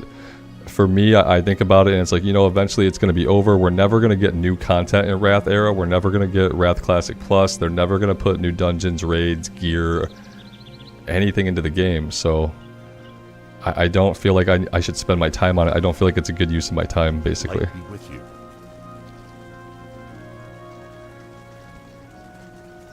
Oh, look at this. We get to do the troll village. Okay, hey, that's awesome.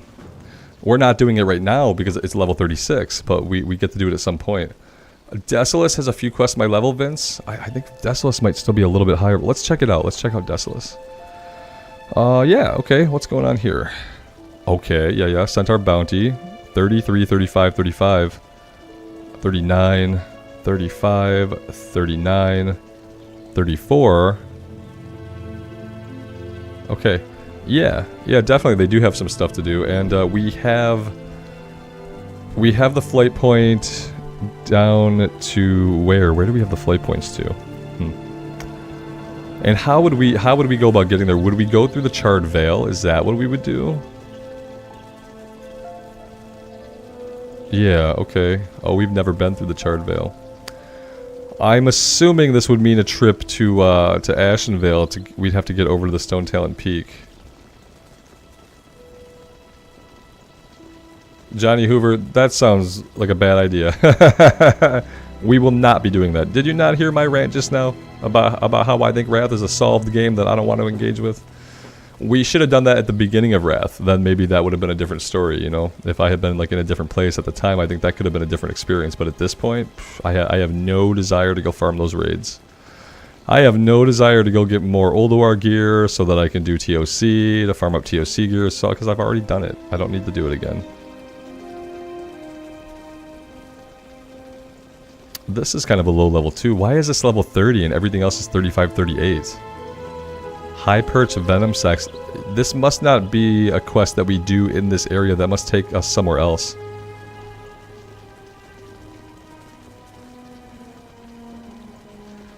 You're just trolling me. That's fine. I deserve it. If I'm gonna rant that long about something, I deserve a little bit of light trolling. Absolutely. What do you guys think? Where should I go? I don't feel motivated to go to any specific place. The trip over to Desolus is gonna be a long one. That's kind of what I feel. I guess it doesn't have to be. It doesn't have to be a long one. Do you guys want to go to Desolus for a bit? We can try to go to Desolus. Let's do that. I'll just make a choice, you know, as the person behind the keyboard.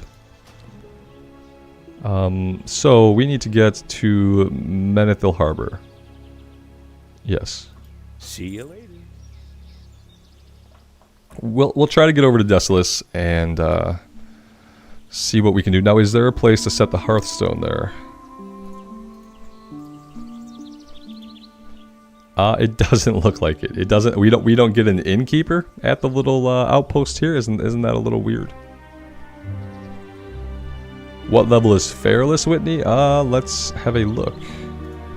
It seems like it must be quite a bit higher. I don't have any quests up yet. Maybe like level 40s? 40 to 50?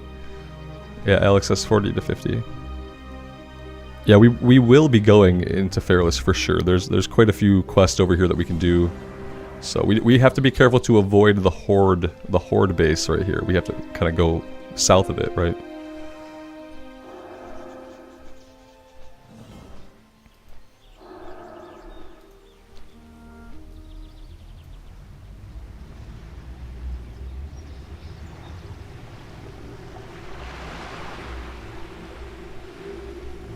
Yeah, Jason, I would agree with you. I'd say they should leave the XP buff in the game because, like, who cares?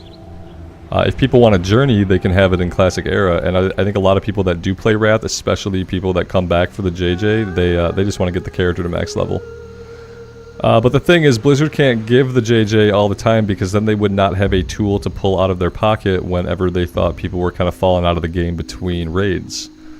You know what I mean? I think what you'll see happen is if there's any life to Wrath after Ice Crown drops, like if there's any life to Wrath after Ice Crown drops, I would be very surprised. I would be super surprised if a month after Ice Crown comes out that there were still a lot of people playing the game. That's kind of what I think. And so yeah, people right now, they want to get to max level. I'd say let them get the max level, but then they don't have that tool to pull out. You know, they're gonna do one more JJ, right? Between Trial of the Crusader and Ice Crown, they're gonna have one more chance to do Joyous Journeys to get people back into the game. And then once all the content does come out, and once guilds have cleared all the content a couple of times, what's the point? Are you gearing up your character for Cataclysm Classic at that point? Because you're not doing anything else. Yeah, you're just doing repetitious tasks over and over again for gear that's never going to matter in the game. And that just seems bad. Oh, look at that. Slim's friends. Yep, okay. Do we need to... We don't need to help out with this, right? They're going to be fine, aren't they? Maybe they're not going to be fine. If you stop running, I would heal you. Please don't go out of range. Okay. Please don't go out of range.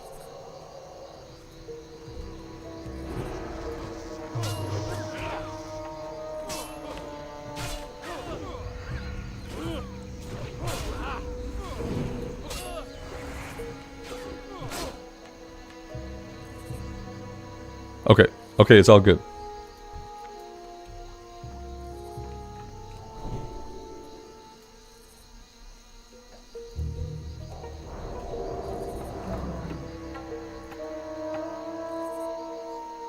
Grant, I'm about at the point where questing has to get mixed into mob grinding. Yeah, we've done some grinding like at earlier levels, so I'm definitely going to be fine with that. What I would love to do, I'd love to grind on the Centaur in Desolus, because that grinding might serve a purpose. Be careful. And so, David, thank you so much. I can't watch somebody die, man. Not if I can help. Not when it's two mobs and I can help. I can't let them die. That would effing... Because I bet they had no idea that was going to happen. I bet they did that quest and they either forgot or they didn't know that he was going to spawn some friends. Yeah, so that would have been awful. What an awful way to die. And yeah, there's no way. Not on my watch. Yeah, that's how I feel.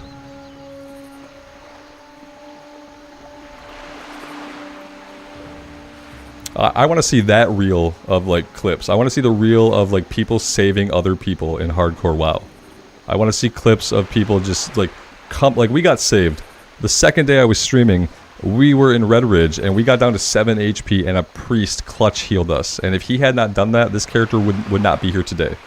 So I'd love to see not the death reels, but I'd love to see like those moments when another player saves somebody. That's the content that I would like to see. I would watch some of those. Yeah, it's like, oh my god, a positive reel. Look, positive things happening. Yeah, I think that would be super cool, because I think there's a lot of situations that happen that, like, somebody just happens to be nearby, they toss you a huge heal, and look, I bet he thought he was dead. He probably got that feeling in his gut, you know, that was like, oh god, this is it. That's one of the great things about hardcore, is it feels so much more impactful. Like, when you help somebody, you can actually feel good about it. When someone helps you, you're so grateful. And it's because of the one life. It lets you play the game in a different way and appreciate things that would happen normally much more deeply. I should start my own with that last clip. Yeah, then I'd have to have a clips channel, because if I keep putting clips up on my main channel, the YouTube algorithm is going to eat me alive. And I don't know if I want to fire up a clips channel. Maybe if I start getting more clips that are like actually cool clips. I don't want to make my own clips of me saving people though, you know what I mean? That seems like... I don't know what it seems like. I don't want to make my own clips of me saving people. I just wish it was something that somebody did. I wish somebody went around grabbing those clips and kind of put them out there. I don't want to be like, look how great I am. Look at me saving 30 people in this clip.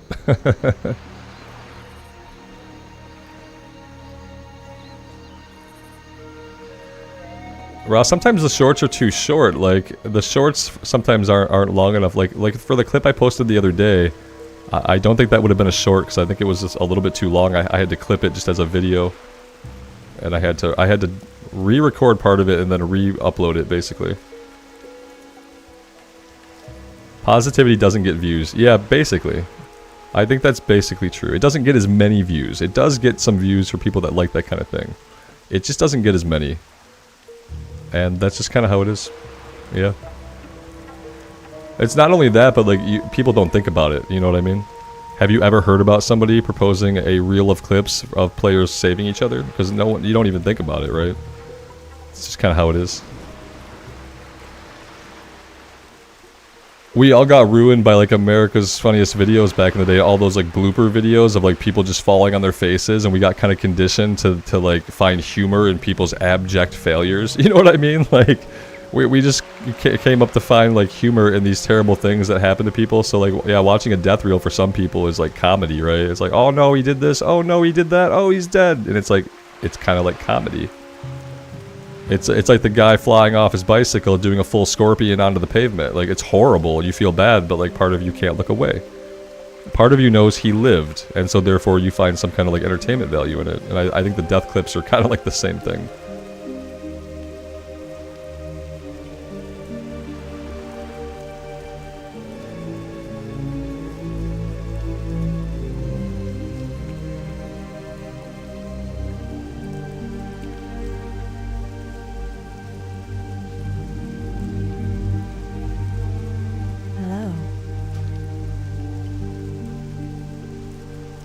Farewell.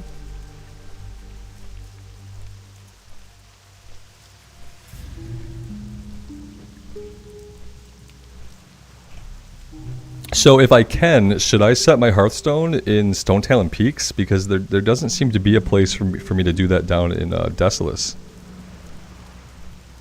And I feel like it would be useful to be able to hearth out, but to not end up back in the Eastern Kingdoms for a little bit. Oh, we might not have an inn here. We don't have an inn anywhere? Wait. Why don't I have an inn anywhere? What is this nonsense? It's not nerd structure. It's not bad if it doesn't happen to you. Yeah. It's not bad if it doesn't happen to you and the person, like, survives physically, right? If we're talking about, like, watching people wipe out or bite it while trying to grind a rail or something. Like, yeah, it's not bad if it didn't happen to you and they survived whatever happened to them. Even if they are physically changed forever because of it. Somehow it's still comedic entertainment. At least we've come to classify it as such, as a culture.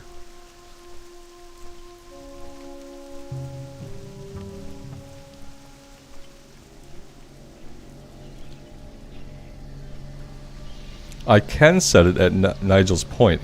Am I just not tracking like innkeepers? Is that all my problem is? Yeah, I'm stupid.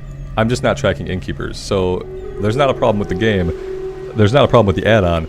There's a problem with this guy. And it's that he didn't check here. Yeah. Mm-hmm. Okay. Perfect. And you'd think I would have noticed that. Yeah, okay, we're gonna be fine. We're gonna set the Hearthstone here, and that's gonna be awesome. Mm-hmm. Thank you for that, Paul. You got me to a point where I figured out what was going on. I appreciate that. Because I thought there had to be one at one of those places, so... Paul Webster, have we had any near-death experiences? Yeah, I feel like we have a couple, like, every half hour or so we probably have a near-death experience, I feel like. Some people in chat would probably feel like some of them were nearer than others. But we've had a couple. Nothing like the other day. But yeah, we've had some close calls today. We saved another player. Yeah, most recently we saved somebody from dying, so that was our good deed for the day.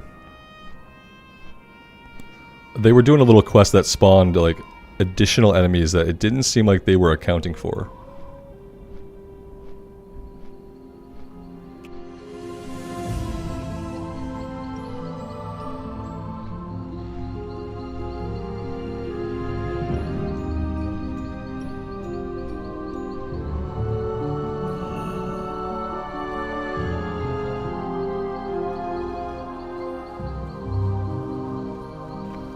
Yeah, the trolls that shield blocked me, shield bashed me, they almost got me. It was like not super close, and I still had lay on hands, so they gave me a fright, yeah. They gave me a fright, but we still had a couple of tools left that we hadn't used. So I don't count that as a near death, I count it as like, yeah, that was a bad situation for us to be in. Now, if we had ran the wrong way, and if we had pulled more guys, that could have easily been a death, but yeah. And yeah, and I hearthed out immediately because I've kind of learned my lesson with stuff like that. You get chances, right? You get chances, and right now my chance is to set the Hearthstone. I need to do that. But yeah, you have to recognize like when you've just used up a little bit of luck. And in previous hardcore attempts, I was really bad at identifying when I had used up all of my luck and I had no luck left. And in this playthrough, I've been trying to feel it out a little bit more and be a little bit closer to it. So yeah, I've been trying to just get completely out of places when I feel like my luck is spent. I try to just get out, just to leave. Instantly if I can, yeah.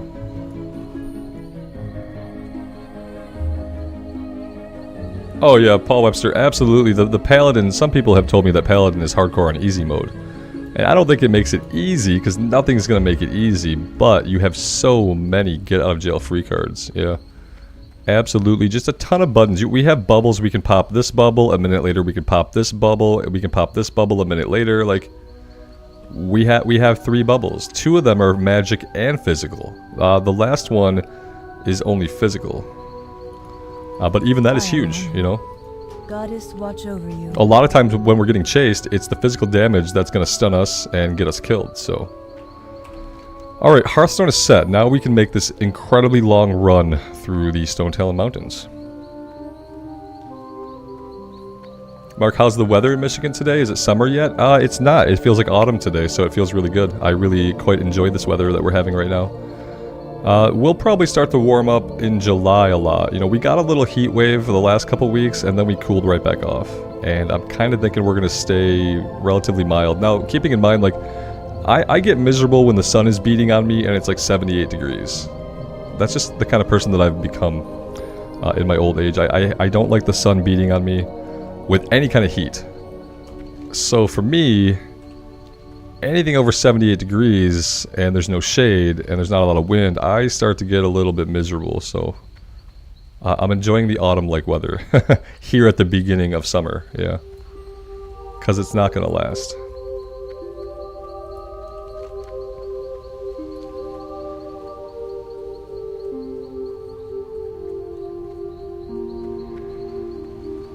Yeah, we lived in Missouri for a long time, and that place became a sweltering hellhole.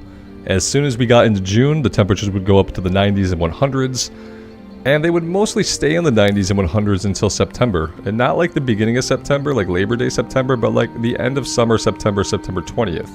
And then you'd get some like 80s back, like, oh good, it's only 85 today, that's a big cool down. So yeah, Kansas City got super miserable through like about half the year. 6 months were miserable, and 6 months were very pleasant. So you had a 6 month period of like a spring and autumn type weather, and then you had 6 months of scorching, melting, humid heat. And it was awful. It was literally awful. And here where I'm at in Michigan, it's a little bit cooler than Kansas City. It's on average, it's about 10 degrees cooler, but we will still get into the 90s. And like I said, even like the low 80s are going to make me miserable. I have zero heat tolerance, it turns out. I have lots of cold tolerance, but I have zero heat tolerance. And I like doing things outside. I like going on hikes. I like shooting hoops with my boy. I like throwing frisbees to the dogs. So I very much enjoy being outside. That's what kind of sucks, because like traditionally you think, oh, the summer, yeah, you go outside in the summer and do stuff outside. I'm like, no. The sun's out there. The sun wants to kill me. Right, Miles, I want to go between spring and autumn. Yeah, spring, autumn, spring, autumn, spring, autumn. That'd be perfect. I'd be down for that, definitely. And there are places that maintain like temperate weather, like I think like San Francisco is pretty mild all year round. But those places here, those places that are like that, a lot of them are places that I can't afford to live in. Quite frankly, yeah. Like I'm sure there are places in California that are kind of mild. And there are places in other parts of the country that are like that too, that stay mild a lot of the year, but a lot of them are places that are kind of expensive to live in. And they're strong, me too. I get like the equivalent of hangry, but for heat. I guess heat is an age, so hangry still kind of works. Yeah, I get hangry in the heat. I don't like it. I will actively complain about it and make everybody around me miserable if given the chance. So, I mean, I try not to, but yeah, there is a point where I just don't want to be a part of it. It's just kind of hard to escape. We cut down the big tree we had in our yard. It got cut down last year. Which is great because that means like a giant bough won't fall on the roof of the house during a windstorm, but it sucks because we have no shade in the yard now. So now there's absolutely zero shade. So now, like I said, anytime it even approaches 80 and the sun is out, you just feel like you're being scorched to death. It's terrible.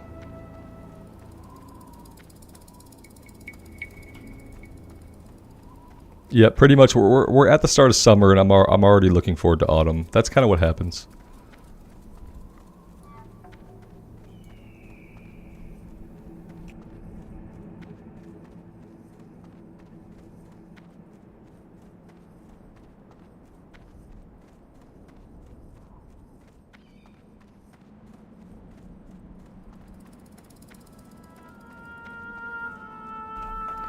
I feel like as a society, like weather control is something that we're like way behind on. We have all kinds of like cool technology, but we haven't really like bent it towards controlling the weather. And I feel like that would be some cool technology if we could control the weathers in some way. That would help with other things like the forest fire smoke and stuff. If we could somehow control the weather patterns and exert that kind of control, that would probably be good. I mean, it'd probably be bad because I'm sure we'd F it up. But in theory, it sounds good. Because I don't think the planet needs to get scorching hot. If we could do something to make it so that it just didn't ever get scorching hot anywhere, I think that would probably be better for most of the planet. Doesn't feel like the planet ever wants to be that hot or that dry.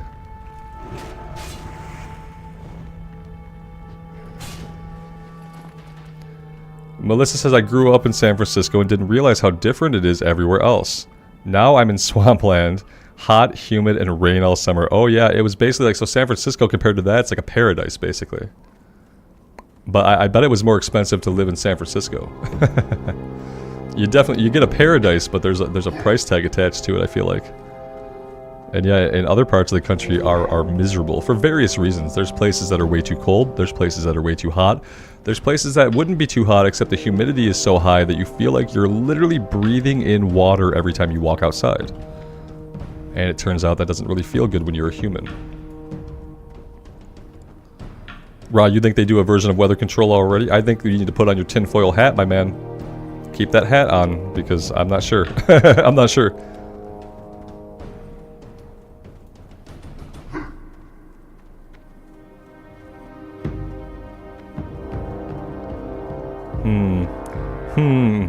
I think that is a theory people have. Yeah, definitely.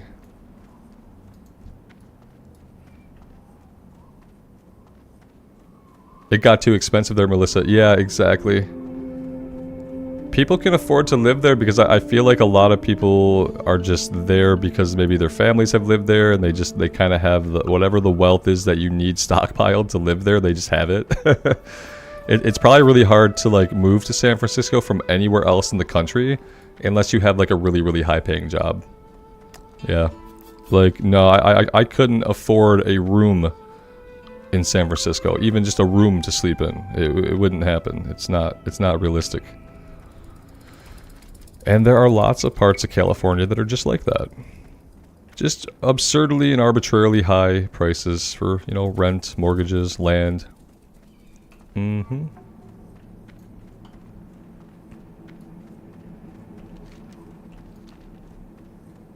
I had a boss once that accidentally revealed to me that the parking spot she paid for in downtown Boston cost more than the rent on the apartment that I'd had. That was awkward for her. So yeah, there are definitely places that are just super expensive.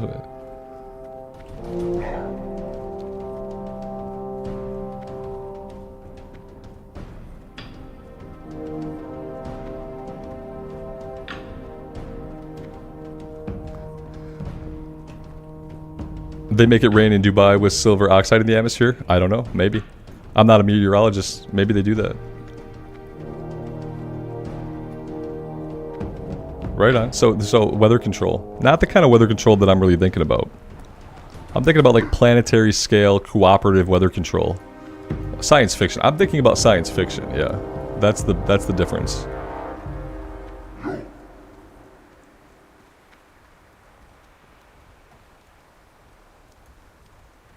Johnny Hoover, I keep waiting for California to have a drop in their real estate and a drop in everything because of all like the fires and stuff that have happened over the past few years, but it hasn't happened yet. Regardless of anything else, when things are nice there, it's one of the more pleasant places to be, apparently. People find it highly desirable. Regardless of some of like the intrinsic dangers now of being in places like that. People still find it, you know, really desirable. It's like a status symbol in our country to some extent. To live in California is like just a status symbol to some people. So it's like people will always want to live in those places, and no matter how bad like the weather or anything gets. That's the unfortunate thing. It's like I'm never going to choose to live in a place that could have those problems. I'm going to avoid those places, even if they could be super nice most of the year. To me, it's not really worth it to have to like evacuate or anything like that. So there's just all kinds of zones of the country that I won't ever live in. I'm not gonna put myself somewhere where there's hurricanes or where there's earthquakes or where there's fires if I can avoid it, because for the most part, because of where I have been, I can avoid it. So I would never choose to move to one of those places, even if it were a really desirable place and I had the money to. I wouldn't be able to do it.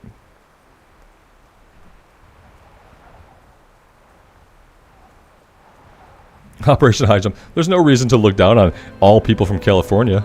They're just people, man. They just happen to live there. A lot of them were probably just born there and they just continue to live there. I don't think we need to look down on people from different places. They live there and they like it, and that's fine. And some of them probably feel the same way about you, though. So it's all fair. We're allowed to have our opinions, but I'd be very careful about applying any opinion to like an entire state's worth of humans. Because an entire state's worth of humans are all individual humans. So we kind of have to be realistic and account for that when we pass judgment on large swaths of humans.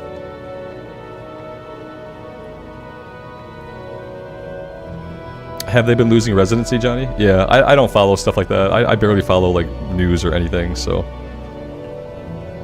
it's not surprising that I wouldn't know these things.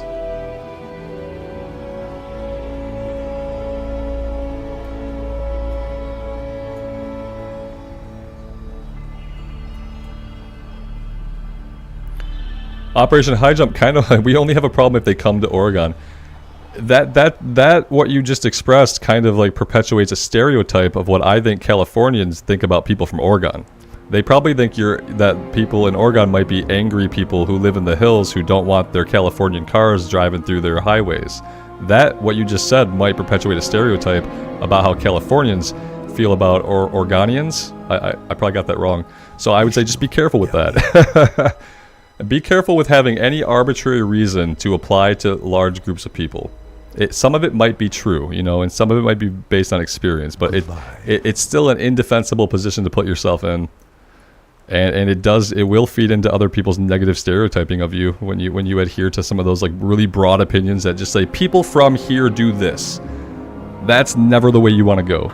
You never want to start a sentence with people from here are like this, because they're not. Some of them might be. You know, you're gonna make a statement. It's gonna hit some people accurately, but I would say maybe avoid broad sweeping statements, because generally they can't be true.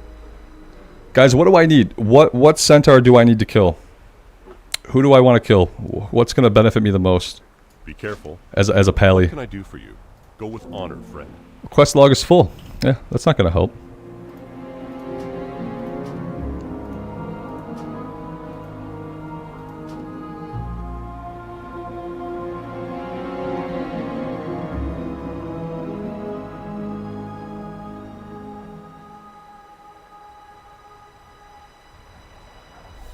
Alright, let's try now.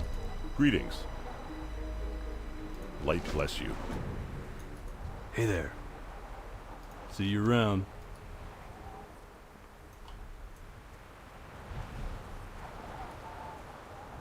Foxeo, yeah, I have a feeling that this might be the one. I'm hoping so. Chat has helped me out a lot when it comes to staying alive.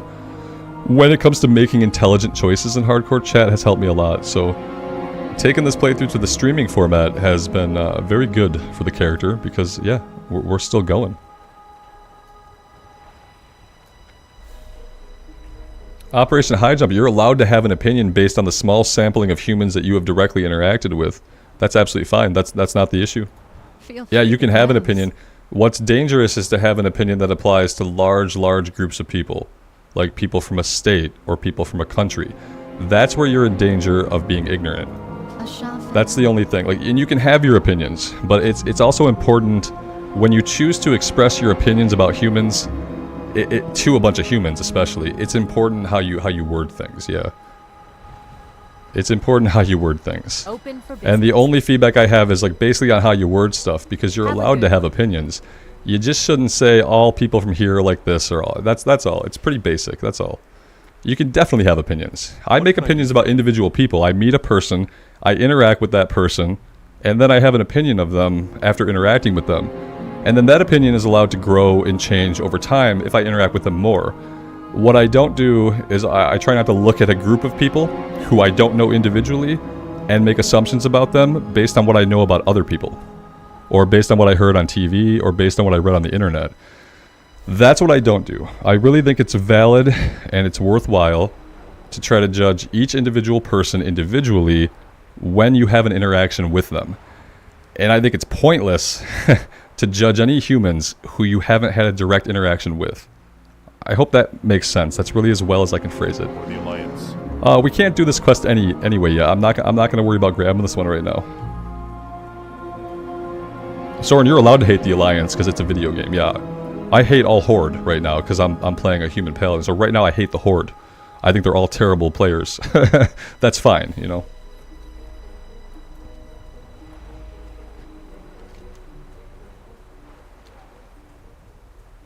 Yeah, definitely just try to judge people individually. And I would say this, and this sounds kind of bad, so just take it with the spirit that it's given. I'm giving it with a good spirit. If you can't judge people individually, that's fine. But you might want to keep your opinions to yourself in that case. Because you're allowed to have your opinions. Absolutely. You know what I mean? You just are not allowed to... You're not entitled to have your opinion be correct. Or factual. So I would say, like, if you can't, or if you don't see value in judging people individually, if you feel like it's fine to judge people by a demographic, you're allowed to have that opinion. I would just not voice it. Especially not on the internet, where it can be misconstrued, taken out of context, or where it can be pointed to later. I would just be very careful with it. Just because anytime you do that, anytime you're judging like large groups of people based on limited experience, it's ignorance. Because you're ignorant of all those people. You don't know them all. you haven't met them, talked to them, interacted with them, smelt them, felt them. So you're ignorant of them. It's not saying that you are a person who's ignorant, but you are ignorant of them. Of all those Californians who you have never met. I'm going over here for a breadcrumb. I just don't know if we really need to right now. Let's just go grab it. What is this one? Find and search Tyrannus and Delinda's wagon. Okay, I don't like the pack of 1, 2, 3, 4, 5 hyenas. I don't like that. That's not good.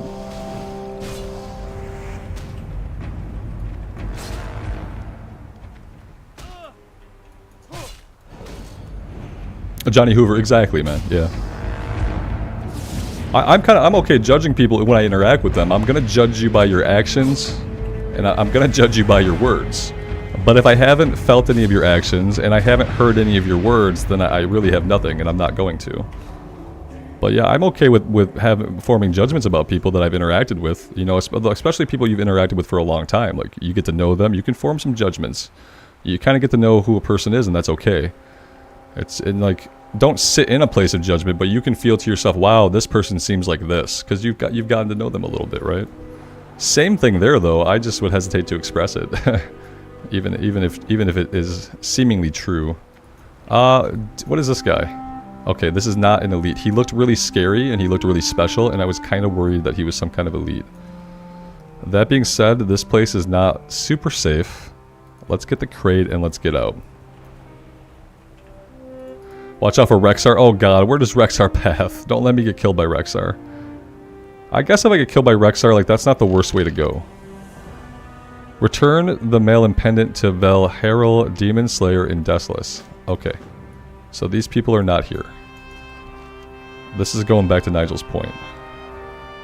This is the scary patrol of hyenas. Let's go ahead and just avoid them. Is this Baron's music? We're hearing Baron's music here. We don't have our own little Desolus soundtrack. Oh no! Wait! It just changed. There we go.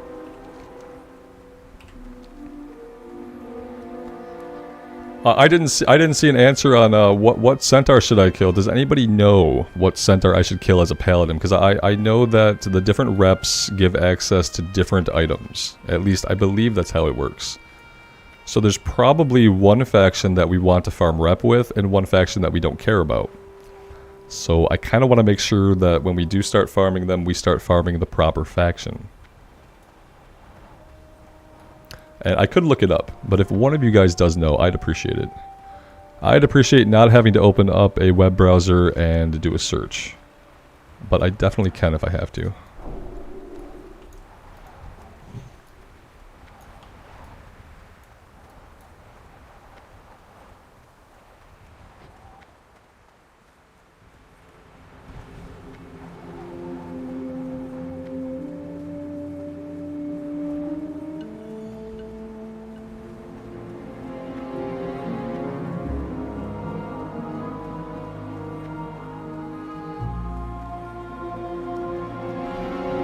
Pick the ones that are outside. Aren't they all kind of like outside in different areas? I thought that like one group is over here and one group is over here, right? I thought that's how they were separated, like eastern, western tribes kind of. And I thought they were all, for the most part, kind of outside on the surface of things. But maybe that's not true. One faction are in the caves. Okay, yeah, I don't remember that. I remember them just standing in different parts of the map. Well, I mean, that being said, if we can get some cool pally rewards, I just kind of have to pick, like... I gotta pick which one's gonna be best for us, even if it means that I may have to go into a couple caves. I am listening. It's risky, but I feel like I might have to. Find Delinda, Melheim, and Desolus. Starting at the fortress. I will contact my superiors in Darnassus immediately and let them know the situation. Rambles, there is something else I wish to impress upon you. My superiors have shown some concern over Tyrannus and his motives for coming here. It is more important to them that Delinda is found and brought back safely. Yeah, screw the other guy, he's evil. Tyrannus is to be gauged before he's taken home. Yeah, we'll gauge him with a sword upside the head. Farewell. See how he feels about that. That being said, that stuff happens over here, right? Maybe not. Oh, okay, up here. Do we want to do this now, or is this quest particularly dangerous? Do we have to deal with like a multi-pull here? We want rep with the Gelkus. So we want rep with the Gelkus, so we're gonna kill the Magrim. We want to kill Gelkus, right? Or wait, we want Gelkus rep, so we kill Magrim. I'll get it straight eventually. It leads to an escort that is toughish. Yeah, we're not doing that. Nope. Nope. Bodyguard for hire is also kind of, it seems like an escort that I don't want to do, I guess. Unless somebody has some info on the bodyguard for hire quest and like tells me that it's super easy, I don't know if we'll do it.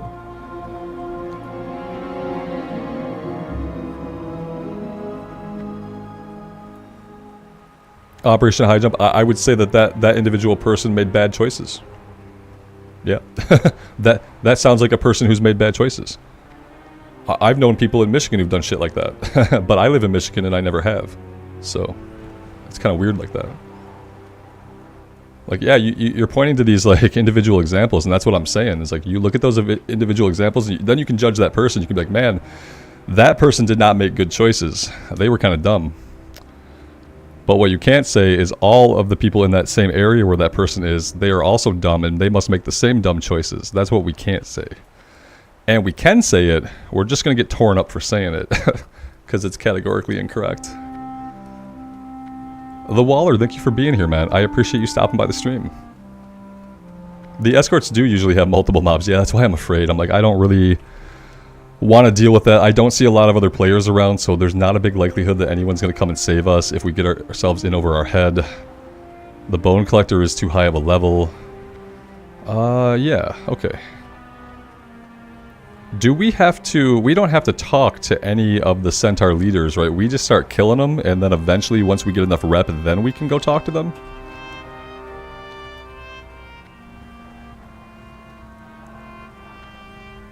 So all I really need to do is I need to find some Magrim to start killing, right?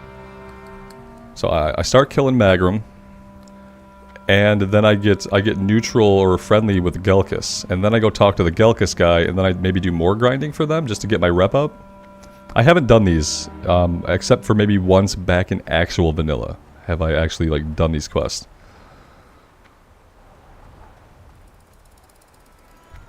These are Kolkar. We don't need Kolkar at all. We don't need them at all.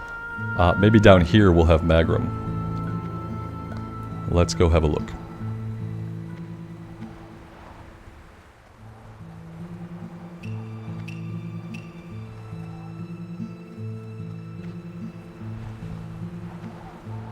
Do I have any long-term plans for the character if I get the 60? Not really. I want to get the 60. I want to have a character at 60. I want to complete the hardcore challenge. That's my goal. My goal is to complete the hardcore challenge and max this character out. If I had the opportunity to do some raiding, I would. I don't know why anyone would want to take me along on a vanilla raid, because I did not raid the raids in vanilla, so I don't really know them. I don't have any muscle memory for them, and I haven't really watched any videos on the fights. So I don't know if anybody who is serious about doing a hardcore level 60 raid would really want to take me along. I would have to be brutally honest about my lack of experience in said raids, and I'd probably watch like one video, and then I would just give it my best shot. Yeah. And so I don't know if it'd be fair for me to like try to do raids with people. I don't want to screw up anybody's run. And my main goal is just to get the 60.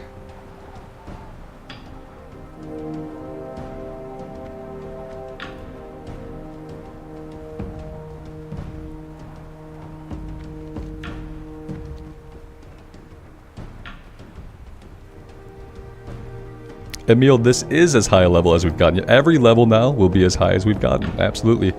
Prior to this, we were level 26. I think the mage got to level 26. So before this run, level 26 was the highest level character we had. What's going on down here? Level 33 aggressive thunder lizards. Okay, I can do without that.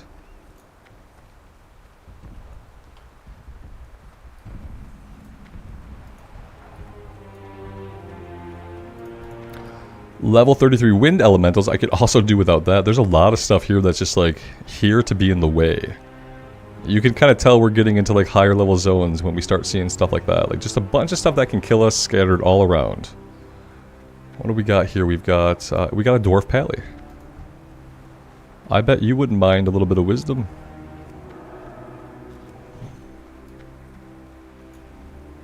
And so these are Magrum. I can start killing these guys, right? I should be good to start killing these guys.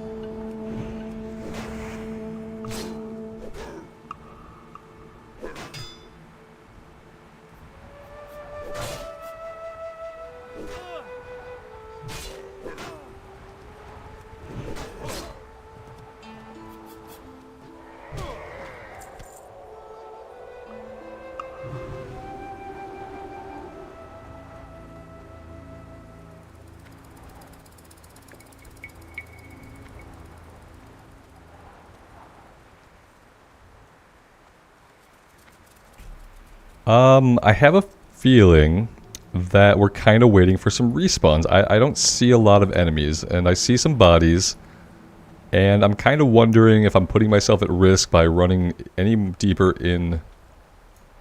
Oh, Joe, we're in Desolate. Sorry, man. I don't know how I missed you. Yeah, we're in Desolate. Yeah, we have not been in Desolate, you know, in Classic Era. Not since probably Season of Mastery. Would have been the last time that we came here.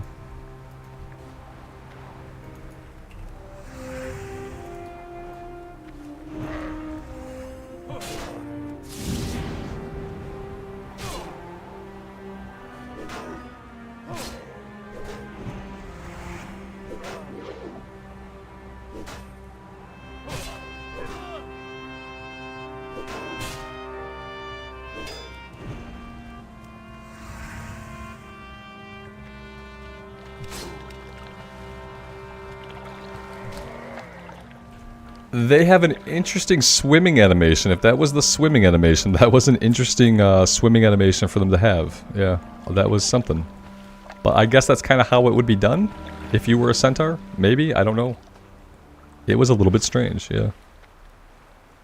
It almost felt like they were just treading water, like they were standing in water, but they were treading water, somehow moving. Hunters, I don't really want to deal with the hunter because I'm sure... What in the hell? He's got a level 37 pet. This guy is level 34 and he's got a level 37 pet. Nope. Nope, nope, nope. It doesn't look very good as far as water's concerned, David, yeah. I'm sure it's fine for Centaur, but I don't know why we would want to go in it. Unfortunately, it's probably like the only water they have around here. It's moon water, yeah. It's moon water. That's what Desolate has always reminded me of, just the surface of the moon.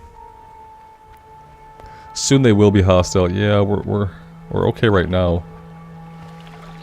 Okay, let's try to avoid the guys with pets. I don't know why the pet is so much of a higher level, but that would be pretty difficult for us to deal with right now. Right, David, good point. The 37 animal is the one in charge, and the centaur is the pet. Yeah, we don't know how, like, centaur culture works, so that could be the case. It would definitely explain the level discrepancy, so I do think you're probably onto something. I think that it has to be considered, at least.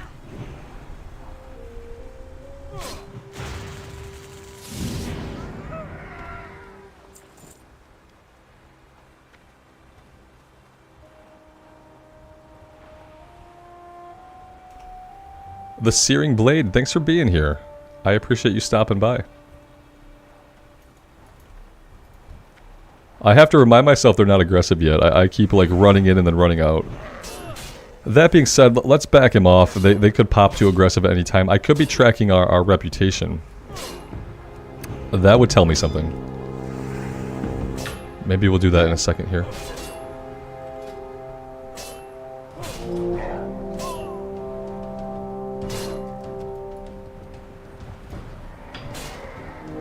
So this should keep going down, right?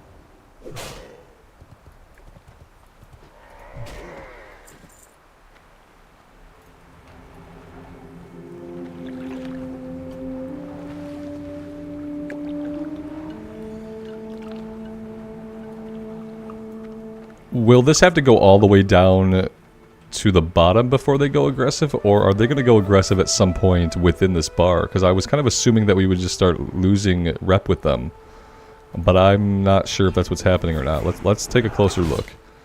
1,500 out of 3,000. Let's see if anything changes when we kill this guy.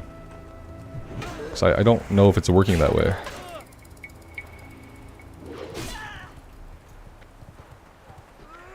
Okay, no, it is. It's definitely working. Just 100 rep per kill. That's what just happened. We're losing 100 rep per kill. Okay, that's really good to know. I had no idea that it was 100 rep per kill. So that is awesome to know.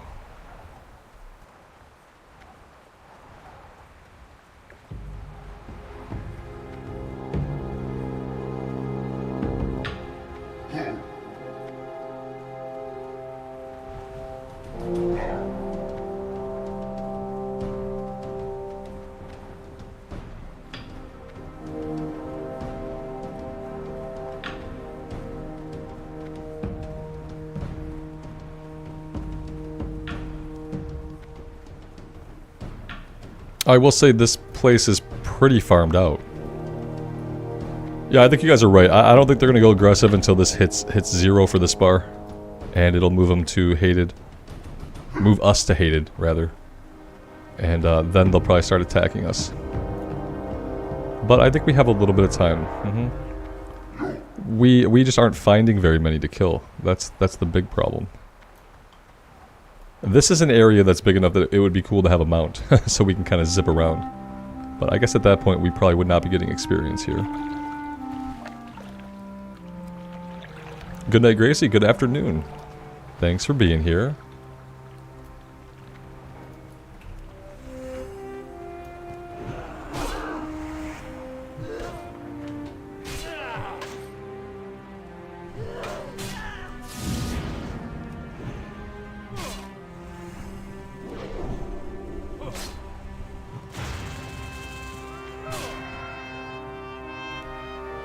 Joe, I haven't seen Goomba this afternoon. He's been upstairs somewhere. He's been good. He's been a good boy. He hasn't done anything particularly heinous in the last 24 hours, so.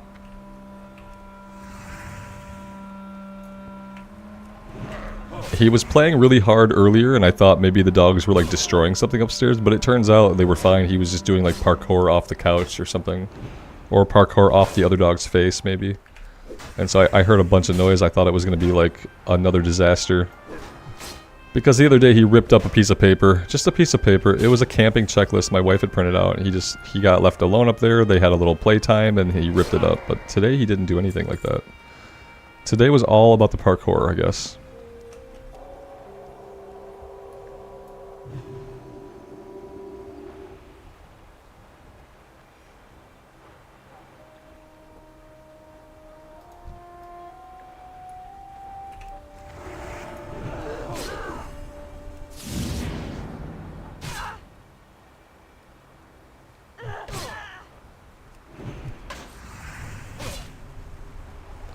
Him chewing up the checklist is a sign that he hates camping.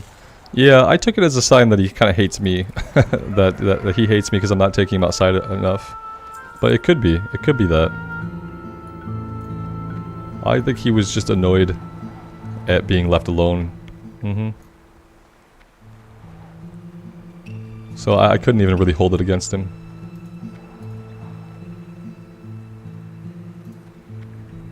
He's also too cute to really hold anything against him for too long, you know? We have 7 water left because, you know, I was super smart and I still refuse to buy water even though we were at an inn, even though we've been at several inns. I still haven't done it. Daniel Zeka, you asked, what's the point with Hardcore WoW? The point of Hardcore WoW, mainly for most people, is to get a character to level 60 without dying. That's the technical point of Hardcore WoW, to get your character to level 60 on 1 life without dying ever at all, which is basically impossible. What is someone's motivation for playing Hardcore WoW? Well, that's different, and that motivation would depend on each individual person. For me, I like the challenge, and I really like the journey through Classic Era. I really like the journey. So, but yeah, I think everybody will be different, but the point of it from a technical standpoint is simply to live. The point is to live. I hope that helps answer the question.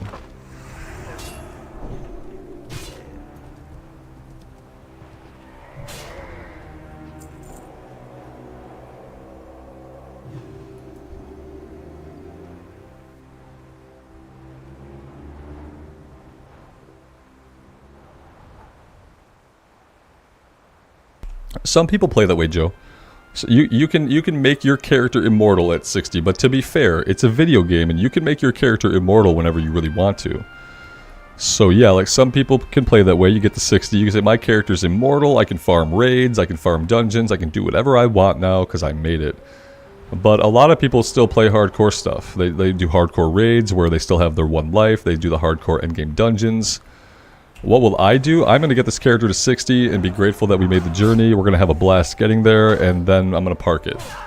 And we'll see. If the opportunity comes up to do a raid or to do high-level dungeons, I'll probably do it. But I just don't know how good I would be, and then we probably will just get the character killed. Which for me wouldn't be the end of the world. You know, once we're at 60, I've accomplished my goal. And so if I do like a hardcore raid and it's super fun and then we die, I'm fine with that too. I just don't want to get anybody else killed along the way. Would be the only reason I would hesitate in doing endgame dungeons and endgame raids.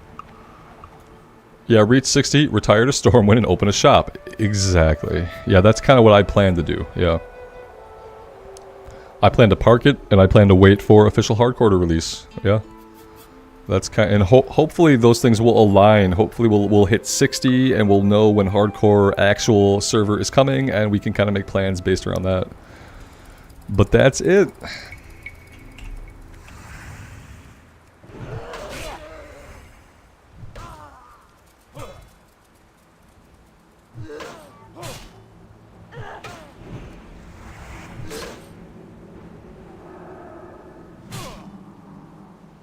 We're gonna do a shaman on the hardcore, on the official hardcore. We're gonna do Tauren shaman.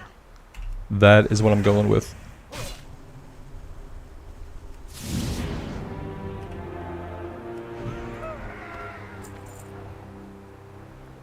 Let's get some mana back.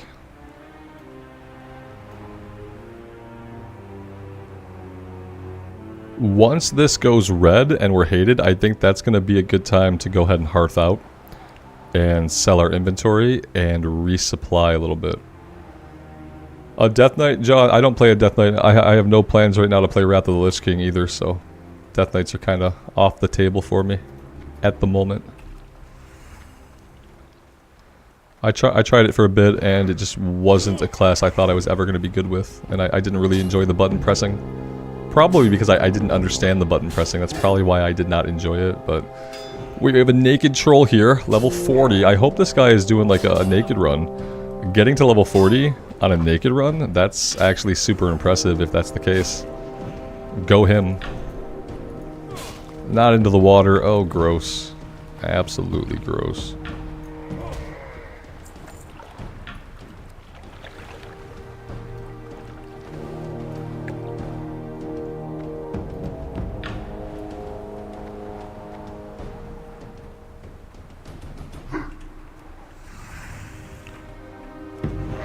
Yeah, Lael, I've kind of been the same throughout history. I've never really taken to any of the new classes they've added. That being said, I'm super hyped for the new spec that the Evoker is getting because it's a new role coming into the game. We're going to have a support, an actual support role. And so I am super excited about that now. Somehow they managed to get me excited about that because adding a new role to the game is really massive. But yeah, typically, like when it comes to the Monk and the Demon Hunter and the Death Knight, I never really resonated with any of them. Irfan, good morning. Thanks for coming by.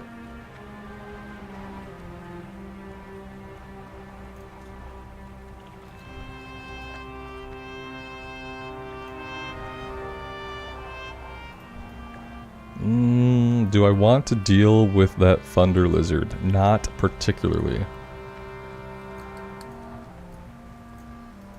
Let's try to go here and we'll pull him away if we can.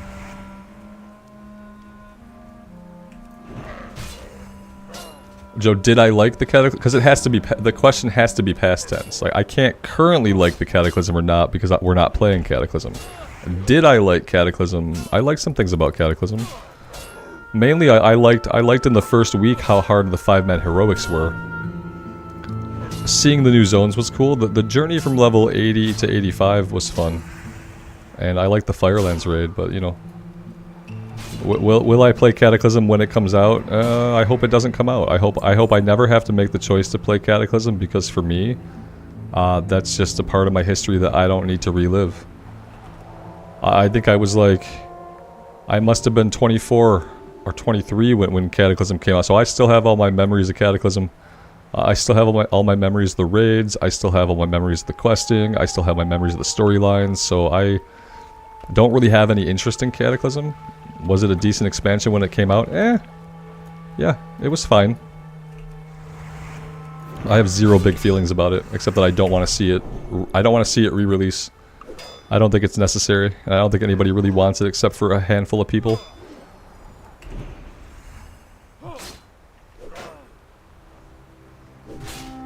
Rod, definitely taking a DK through, like, especially when you could do the looking for dungeon tool and you can just queue up as a tank and get instant queues and just, like, level that way. That would probably be cool. I probably would be able to learn the class more if I just went, like, blood and then just tanked a bunch of 5-mans.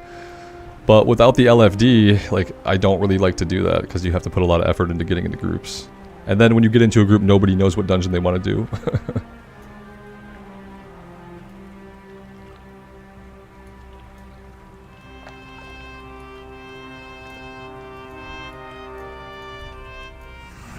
Yeah, and the thing about the rework zones in Cata is, like, I've played those too recently because we've done old world playthroughs on retail characters where I've done the Cataclysm zones. Like, we've played through a lot of those zones recently, so I don't really need to see the revamped zones again.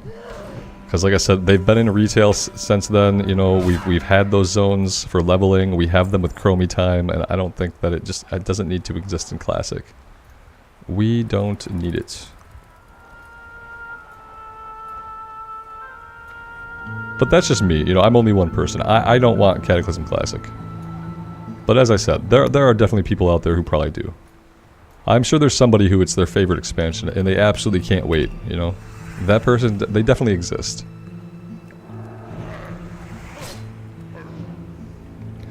David, your favorite part of Cata was seeing the bridge finally finished in Redbridge. Yeah! Some of the changes were cool, and then you think, like, okay, though, we had to wait, you know, X amount of years for even the smallest of things to ever change. It was cool, but it's like, it's unrewarding in a way because then nothing ever changed again. Things changed one time, you know, Cataclysm happened, and then every single event after Cataclysm happened, and none of the old world zones changed at all. So, like, it's one of those things, like, it's initially really cool, but it doesn't stand the test of time. That was the problem with it. Is like, because they never did another revamp, like, you do one revamp, you're still eventually going to be stuck in the past in those zones, and it doesn't feel good to level through them, really. It took 10 years, right? The bridge construction took 10 years to do. It's like, that's great and everything, but damn, it's a little late.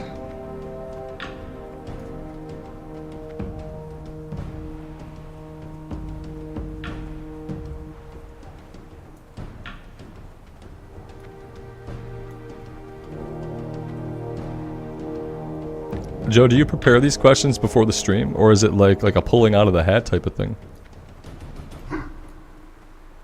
I'm just curious.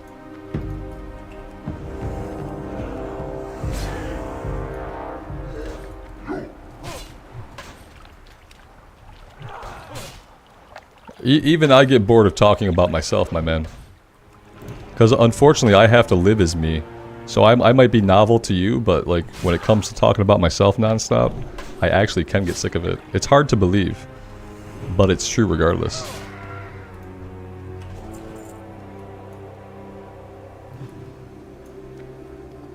You're pulling out of a hat. Yeah, I kind of figured. I figured it was like either an online thing where you were clicking it would give you like a random question, or it was like pulling out of a hat.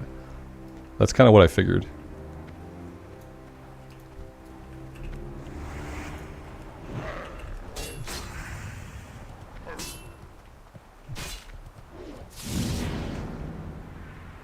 It's fine, man. Just understand that, like I said, I only have so much interest in talking about myself, and eventually I might start to filter some of it out, so don't be offended if I do.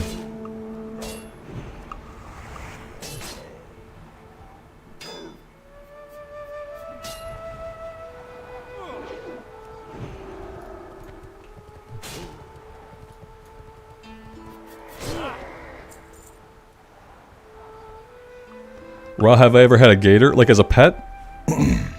Yeah, as a pet? Like a pet gator? Or are you talking about food? The answer is no to both. You don't need to clarify. Because the answer to both of those is no.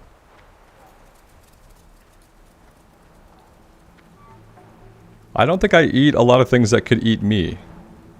And maybe I should change that. Maybe there's like a thrill in eating like an apex predator. Like some Tyrannosaurus meat probably would have tasted good, you know what I mean? If I think about the things that I eat, now none of them are things that could kill me. Oh, look, these guys didn't go aggressive. What level of rep are we that they're orange? Let's see. They're unfriendly, so we can go through all of unfriendly without them aggroing us. Okay. I did not know that, but I will take it. The Brontosaurus burger, yeah. It probably tastes a lot like grass, you know, I think their main diet was leaf, so I don't really know how that would taste. I actually have trouble conceptualizing that a creature that eats mainly plants could ever grow to the size of a Brachiosaurus. Oh, by the way, Brontosauruses aren't real. Brontosauruses are a myth. I grew up with the Brontosaurus too as a kid, but what scientists found out is like they thought they had found a new dinosaur, but it was really just a Brachiosaurus. So yeah, Brontosaurs aren't real. In case you get around like a bunch of kids, one of those kids is going to correct you hard. So like I just want to set you straight now before you're around a bunch of like 7 to 9 year olds and they tell you like there's no Brontosaurus, it's fake. Yeah. But I always had trouble conceptualizing how does something that eats plants, how does it gain the muscles necessary to hold its a massive frame upright? That's always been like that's my problem with dinosaurs. I have problems with dinosaurs. I have problems with their very physical feasibility. That I try not to think about it too much.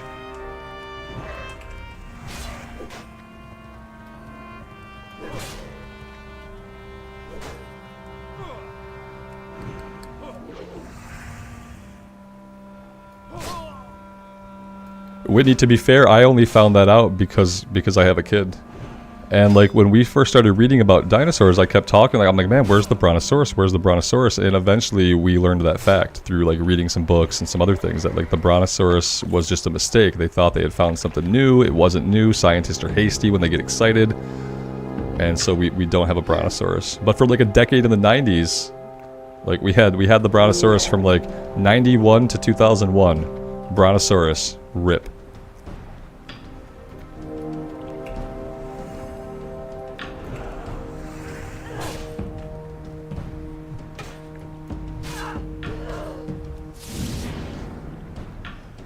Sometimes I feel like they purposefully change dinosaur theory to try to keep like people and kids interested in dinosaurs because ultimately nobody gives a crap for real, but they probably have to do something to like keep interest in it because it's probably hard to like fund those expeditions to go digging for dinosaurs and stuff.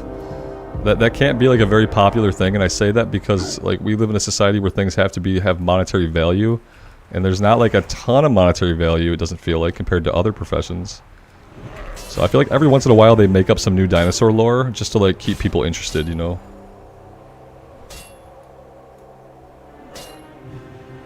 David, my kid thinks that I'm dumb too, but we learned that together from a book. So it's like when I say something, if I just say, hey, this, he'll be like, nah,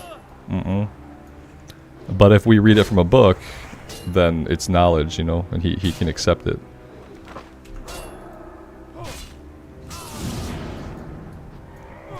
But he will tell me I'm wrong about a great variety of things, and sometimes he's right, you know. When it comes to Minecraft, a lot of times he's right. Everything else is questionable at best.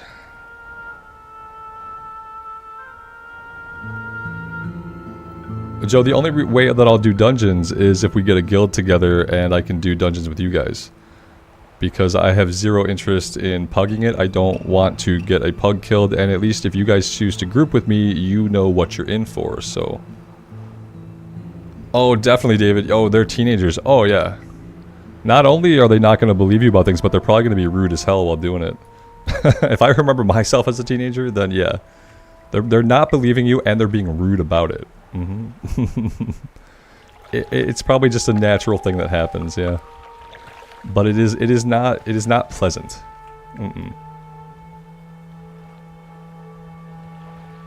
Right, you don't know anything. Then how do you exist? How have you survived? If I don't know anything, it stands to reason that I would not know how to keep you alive. But somehow we've done that.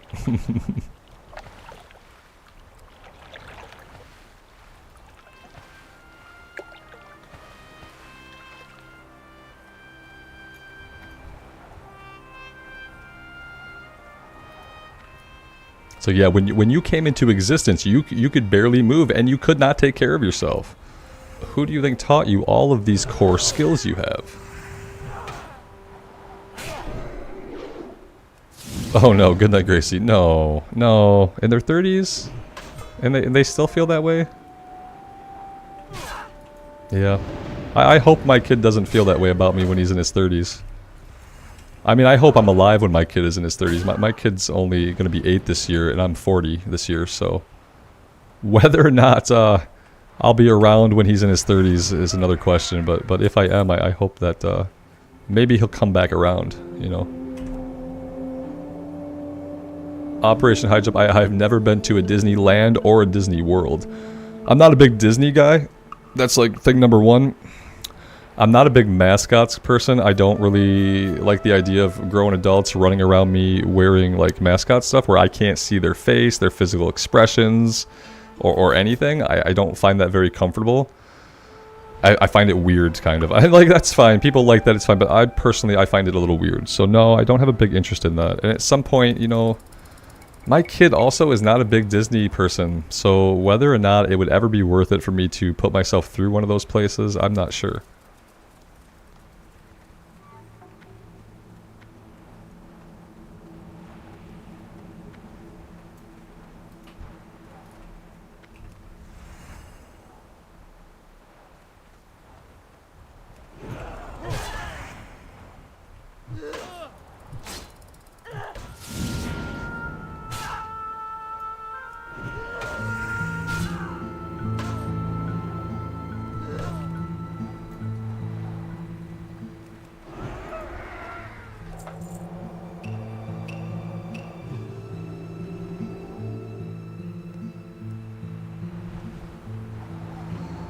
Alright, well, that was our last water, so we could probably kill about 2 or 3 more of them before we have to hearth out of here.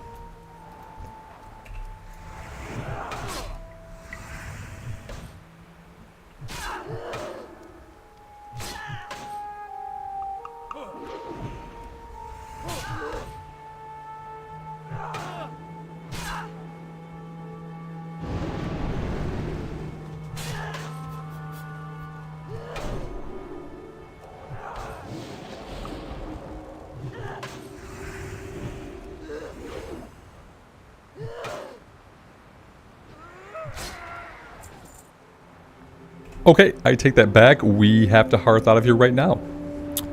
Right now, immediately. And yeah, oh, it's past 4:30. Awesome, awesome. Guys, I think that this is going to be a good place for us to take a break. I do feel that way. It's been a good day. I have really enjoyed our time, and we're making really good progress for being in the level 30s. 30 is typically when things start to slow way down, so the fact that we're still making steady progress is really awesome. And yeah, thank you guys for being here for it. I have really enjoyed the streams, and I'm still really digging the Pally, and I like the respec that we did. I feel like it kind of rejuvenated the class a little bit for me, so still having a great time. Thank you guys again for being here, and until next time, take care of yourselves out there, and take care of each other. And we will see you back here again very soon.